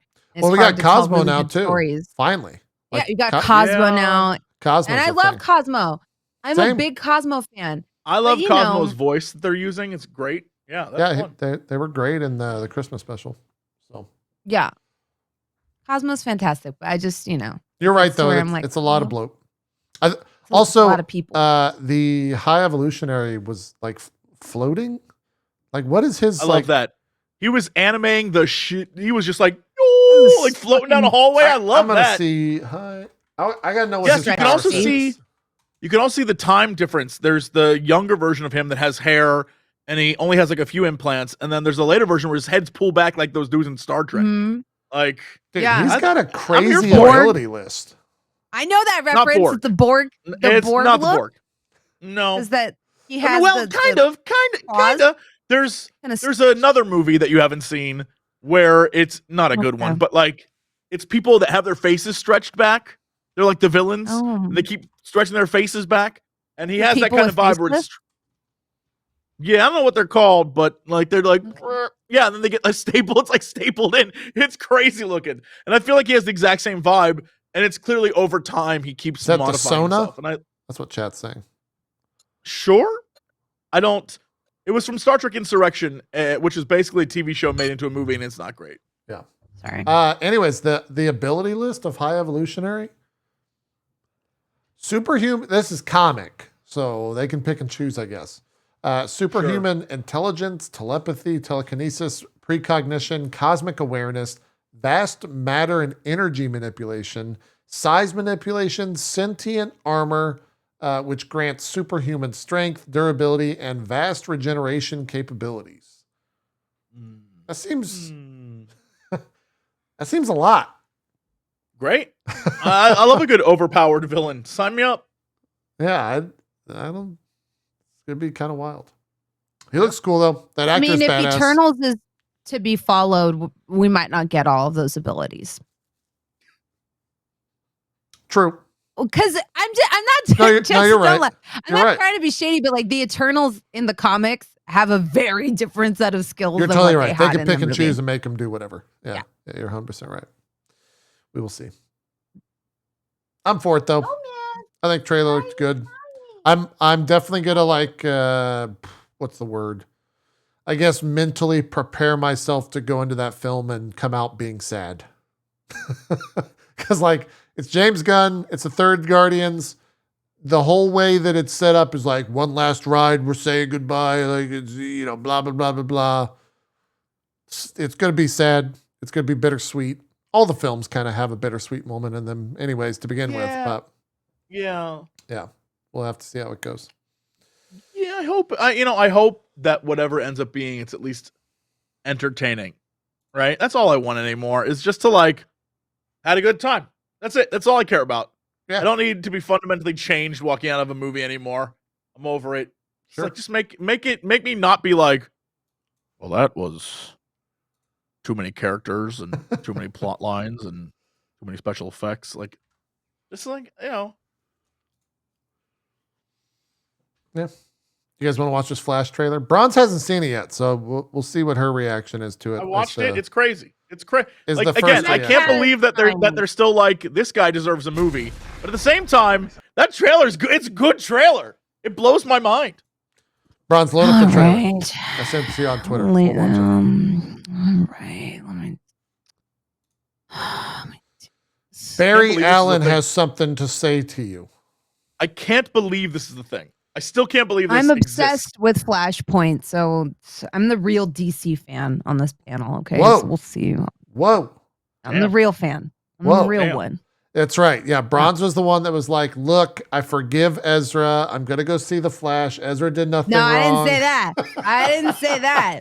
I didn't I say think all that's that. what Bronze said. Bronze Yeah, I said, think love Bronze Ezra was Miller. like, He does every no time- wrong. I'm Ezra's But number every one time- fan, and he can do no wrong. But every time we have an off week, and I'm like, we could discuss X movie. Y'all are like, we're not the DCU crew. So I'm like, okay. I think Apparently it's today just we this are, though. trailer. It like is weird. This trailer is one of those things All where right, let's there's nothing do I it. should like wanna about this watch movie. Yet the Let trailer, me- I'm like, I oh wanna- my Let god. me wanna set see this this. up. See Let me this. set this up. Bronze. In terms of comments, number of comments generated from trailers. This is how I equate success or just general like thoughts towards trailers that came out last night at the Super Bowl. The new Indiana Jones has about 500 on sites where I frequent. Guardians had about 700. The Flash trailer had 4,000 comments. Whoa. That's how like people were freaking out. And sure, it might be 3,000 of those is, how the fuck is this movie still being made? 'Cause I'm telling you, that's my comment. I don't get it. But still, that's a lot of comments. But it's still, again, I don't know why this exists. I don't know how, but when you It's watch wild. the trailer, it's somehow you're just like, holy, I can't believe they're doing this. Oh my God. Yeah. Like it's that crazy. It's wild. All right, you guys ready? We'll count it down. I'm ready. 5, 4, 3, 2, All right. 1. Play. Tell me something. You can go anywhere. Another timeline. Another universe. So why do you want to stay and fight to save this one? Because this is the world where my mom lives. I'm not gonna lose her again. I wish that was the only time you saw Ezra Miller in this trailer. Time has a pattern that it can't help reliving. Different people, different worlds, drawn to each other like magnets.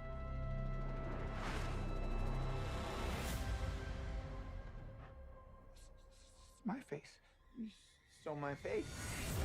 There's 2 Ezra Millers. If you were to go into the past, you have no idea what the consequences can be. Bruce, I could fix things. You could also destroy everything. This can't be happening. I completely broke the universe. Sorry.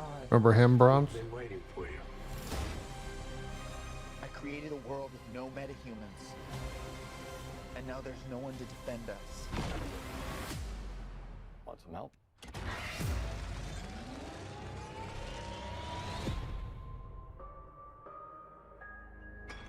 Like, how?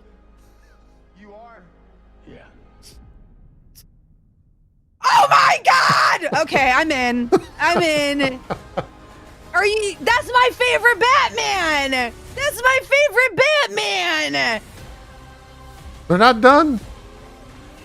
They got Not over. They got Ben Affleck in here. Do what I did. Who cares about Ben Affleck? Because you got a ton of different Batmans.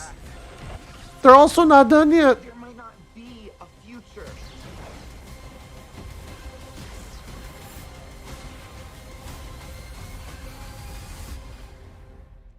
What's the play? Batman, what do we do? We try not to die.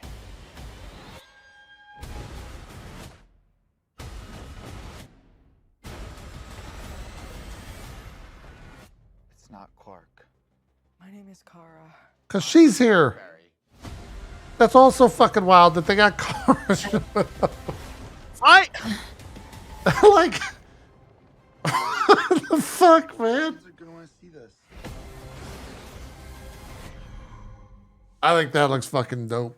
like I can't I fathom this film. It's all I care about is Keaton. That's Keaton's fire. all I Yep. care about. It's He's- literally all I care about. Look, he's fire. He- I can't like It's my favorite I can't Batman. That's fathom my this favorite. entire movie. It's just beyond me. yeah, it's crazy. I will say though, DC is deceptive. Go back, watch the original. I think it's like Man of Steel trailer 2 or 3 or something, and that shit is one of the best trailers I've ever seen in my life. The first time I watched the Superman trailer, I was like, "Holy shit!"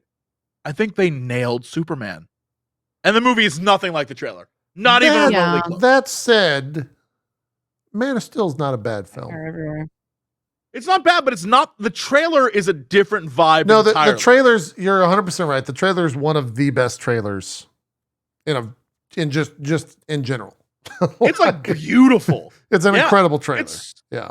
and the movie's nothing like it, and it has the exact same vibe as Suicide Squad. Suicide Squad trailer, amazing. It's Movie, yeah, it's pretty one of good. the worst things I've ever seen in my entire life. My Man of hope Steel's is good. that they do the comic book thing on this one Which is because they have a timeline where the Batman that is active is not Bruce Wayne. It's Bruce Wayne's dad because the kid gets shot instead. And that Batman's Oh, right. vibe is very different. yeah, It that's is Frank Miller, very, right? very different. Yeah, and he's like really because it's different to watch your dad die than it is to watch your kid die, right? Like watching your kid die is probably like the worst thing a person can go through. Right. So it's an older Batman based off of like Keaton's look. That for me would make sense. Like okay, he's older. Maybe he's playing the dad instead of playing Bruce. Maybe this is I hope they do that. They might But not. we're using Keaton, and Keaton has been around. Like we But can't just Keaton change could who do Michael it, Keaton though. is. He could. But I he's think already it's just been But are Batman, they and so we know. canonizing- Are they canonizing the old ones, or are they just saying Keaton? I think that's what they're doing. They're multiversing. Yeah. I think they are, but then I think they're just gonna immediately leave it because that's what this is. They're making a brand. The whole point of this film, the reason why they didn't drop it is because they're making a whole new DCU. Right. And let me just stress again, it makes no sense for this not to be the last movie. The fact that there are 3 other movies before they reset everything, that's just stupid. Makes no sense. Aquaman like it makes coming out. no sense. That just makes me think that there's like, although I guess they canceled Batwoman. They've already started. Yeah. Well, I think that means they've started production, and they have to get them out. Yeah, I mean, Batman or they was have done. contracts, right? Yeah, Batwoman was done. That movie was fucking done. People have seen that movie. No, Batgirl. Oh yeah, Batgirl. Sorry, you're right, Batgirl. Batwoman came out and it was bad. They probably should have canceled that one. That's mean. I need to chill. I mean, like, let's just for the record, Aquaman 2 comes out and it has Jason Momoa, and then Jason Momoa is returning for the new canon, but not as Aquaman. Yeah, he might be probably Lobo or something, but it makes no sense. Yeah. It makes no sense that they'd be like, oh, well, then we definitely have to have Aquaman. It's Why? weird. Why? Like, it means it has no value to me now. Like, there's no reason I must see Aquaman. Trying to like wrap up a story, or it's them fulfilling a contract. Because typically when you onboard these actors, it's okay, we have a 3-movie deal and we still have to pay you regardless of whether or not we shoot the movie. That might be that's a big thing in entertainment. That's huge. I don't know if you know that, chat. It's not me trying to be patronizing. That's just like there is a clause even in a lot of performer contracts where it's like, if an event is canceled and I'm hosting it, I still get paid. These contracts are very common in entertainment because you're still blocking out that time and setting that aside for that thing. So it's completely possible that they already had Momoa signed for 2 movies and now they have to pay him whatever millions they agreed upon, regardless of whether they shoot it. So maybe they're just trying to finish that out, you know? But if they have like, if Jason and James have like a cool vibe, couldn't they just roll that shit over? And like, oh, well, now you're going to be Lobo and we'll just, your contract, we'll add more movies. But it's based off of the appearance as that character. Because that was Robert Downey Jr.'s one too, right? He owed them like 6 appearances as Iron Man. Yeah. So they had to choose very carefully, like what those appearances were going to be. I'm like, it is going to be tied to character. Like it's 100% going to be tied to character. The legalese there is definitely going to be, you owe us this many movies as Aquaman, and we have to pay you regardless of whether these movies get made or not, because you're reserving the time. I hate it. So that means the Lobo contract is a new contract. Mm-hmm. Yeah. And so I'm sure that's why these movies are getting made. I'm sure of it.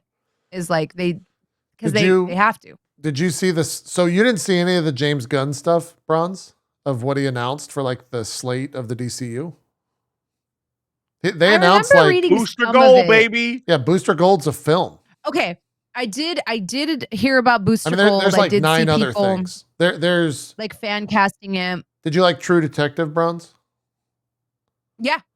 What if you had True Detective, but instead of like normal Earth cops, you had some space cops called Lanterns, because that's what they're making. Well, a TV show called Lanterns that's supposed to be True Detective. A TV show. Yeah. It's going to be like an HBO Max show. It's supposed to be True Detective with the Lanterns. HBO. Yeah. I think it's going to be badass. I love the Lanterns. I love that. Listen. That's what I'm most excited for. I'm obsessed with all the Lantern Corps. So we get like Guy Gardner, Jon Stewart, Hal Jordan, all like together solving crimes. And you throw in a random Sinestro here and there. Yeah. Or my boys in the Red Lanterns. God forbid we get a Deck Star. We get the Kitty Cat Lantern. I'm here for it. It's campy. It's crazy. I love it. And those of you who don't like it, you're not cultured. I'm sorry. Because the Lantern Corps are what is the best thing in the world about comics. What about that they're ridiculous. You got Pigmen. You got crazy shit happening in there. I love it. Bronze, if I say the words "the authority" to you, what are your feelings? What the authority? Okay, so authority's pretty. They're gonna get a thing, but the authority's also a weird thing. I feel like you either are like super in love with the authority, you've never fucking heard of the authauthority. I've never heard of it. I only know of the authority because of my brother, who is a massive like DC comic book nerd and told me all about it. They're also. This is the one that's kind of weird. They're doing Paradise Lost, which is it's under Wildstorm. Yeah, they're doing Game of Thrones, but set on the island of Wonder Woman's birth. Yeah, called Paradise Lost. Yeah, they're doing like a. Yeah, that should be interesting. Could be okay. That could be the modern day Xena. Because that was my feeling watching the first. That's not a. Hell yes. That's not Hell a good yes. thing. That's not a good thing. That's not a good thing. What? That could be a good thing. We need a modern Xena. Because when I watched the first Wonder Woman, I was like, all of these other chicks look like I'm much more interested in them than I am in Gal Gadot. Like I want to know about these ladies. I don't like Gal Gadot. You just said two things that I strongly disagree with. One, that we need more Xena, and two, that you're more interested in those other ladies than Gal Gadot. Oh, I was interested in those ladies too. Let me tell you, whole package, my friend. I am the bisexual voice on this panel, and the gays know what I'm talking about. Like Xena, you don't disparage Xena. That's a hate crime. You don't disparage Xena. Xena that's. Manic Mondays are back. I'm hearing Bronze is correct. Because let me tell you, the gays love Xena. Okay? And number two, couldn't get there were some hot bitches on that island. And I was interested in all that versus enough champagne to Fezanaya. Like, she can't say a line.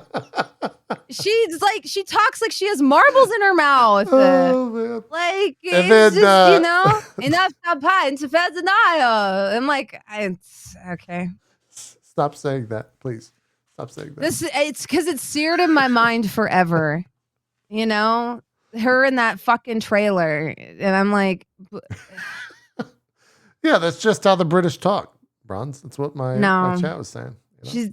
She's not British. And then the other, there's a lot of stuff. There's like 9 different things announced, but they're doing a new Batman film, Bronze, called The Brave and the Bold. Is this going to be the Batman and multiverse, or is it the side one again? It is a new Batman. Who knows? No one knows who's going to play it. It's because I know that they're like, the Joker and so that stuff is all going to continue. Separate. Yeah, the Batman will have a second film, and that's just going to exist. Those are going to be like elsewhere stories or Elseworlds. At all. Don't worry about it. That will be fine. There'll be a whole Joker. The next Joker movie is a musical. That won't be confusing. None of this will matter. It'll be very confusing. Again, the DC. Isn't it weird that I didn't find it confusing? What now? I didn't find it confusing. Like, I was like, okay, the Joker is its own thing. Like, I didn't think it was weird. I was like, oh, this is its own thing. I just think it's bizarre that they are like, all right, so there's the Batman, but we're also recasting and making a new Batman series. And so it's going to be a whole, it just seems like you have a Batman. Why are you, what? It's weird. Yeah. It's weird. It's weird to me. The rumor, by the way, is that Lady Gaga is going to be playing Harley Quinn. Yeah, they're doing it's a musical. Like it's all like in their heads a musical. Yeah, that's what it is. Yeah. Anyways, DC's all over the place. We'll see what happens with all that. Yeah, let's call it. Let's do a show. That's it. We're done. Next week we got the Ant-Mans, the Kangs. Hope it's good. We all do. We'll be seeing it. Fingers crossed.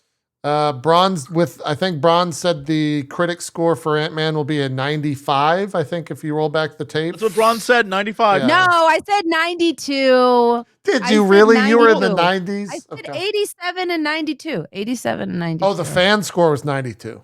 Okay. Yeah, and the critic score was 87. Okay, I said 70s. I kind of threw it out there. I didn't pin down the number. 83, 85. I'll go 70s.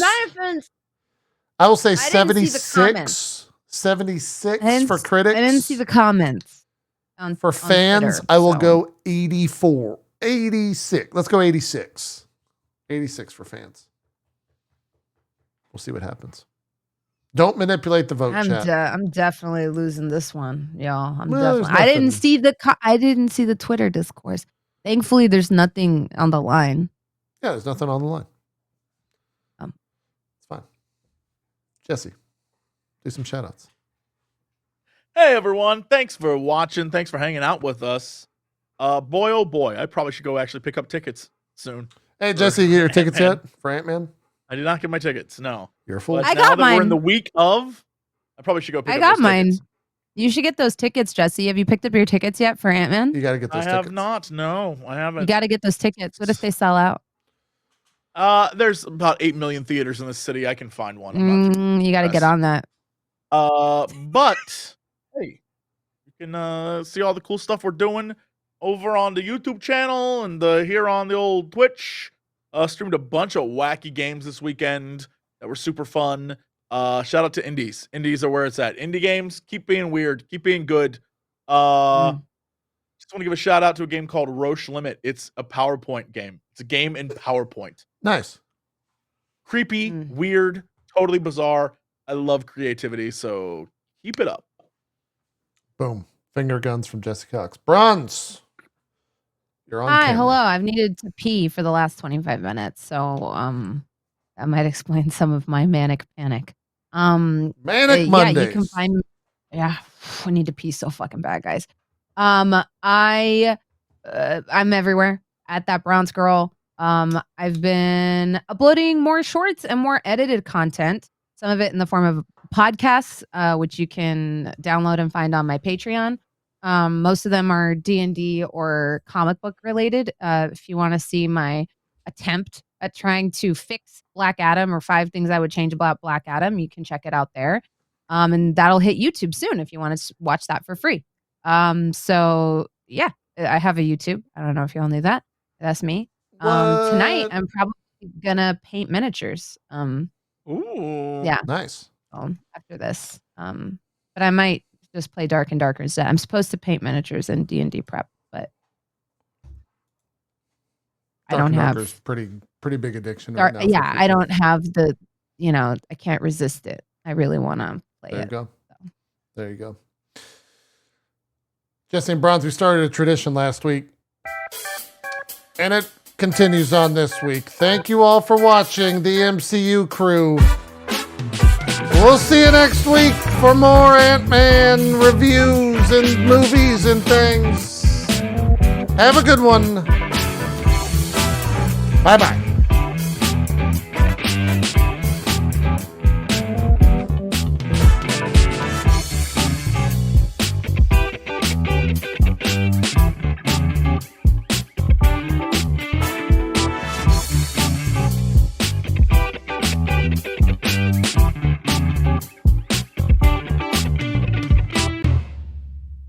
Wah, wah, wah.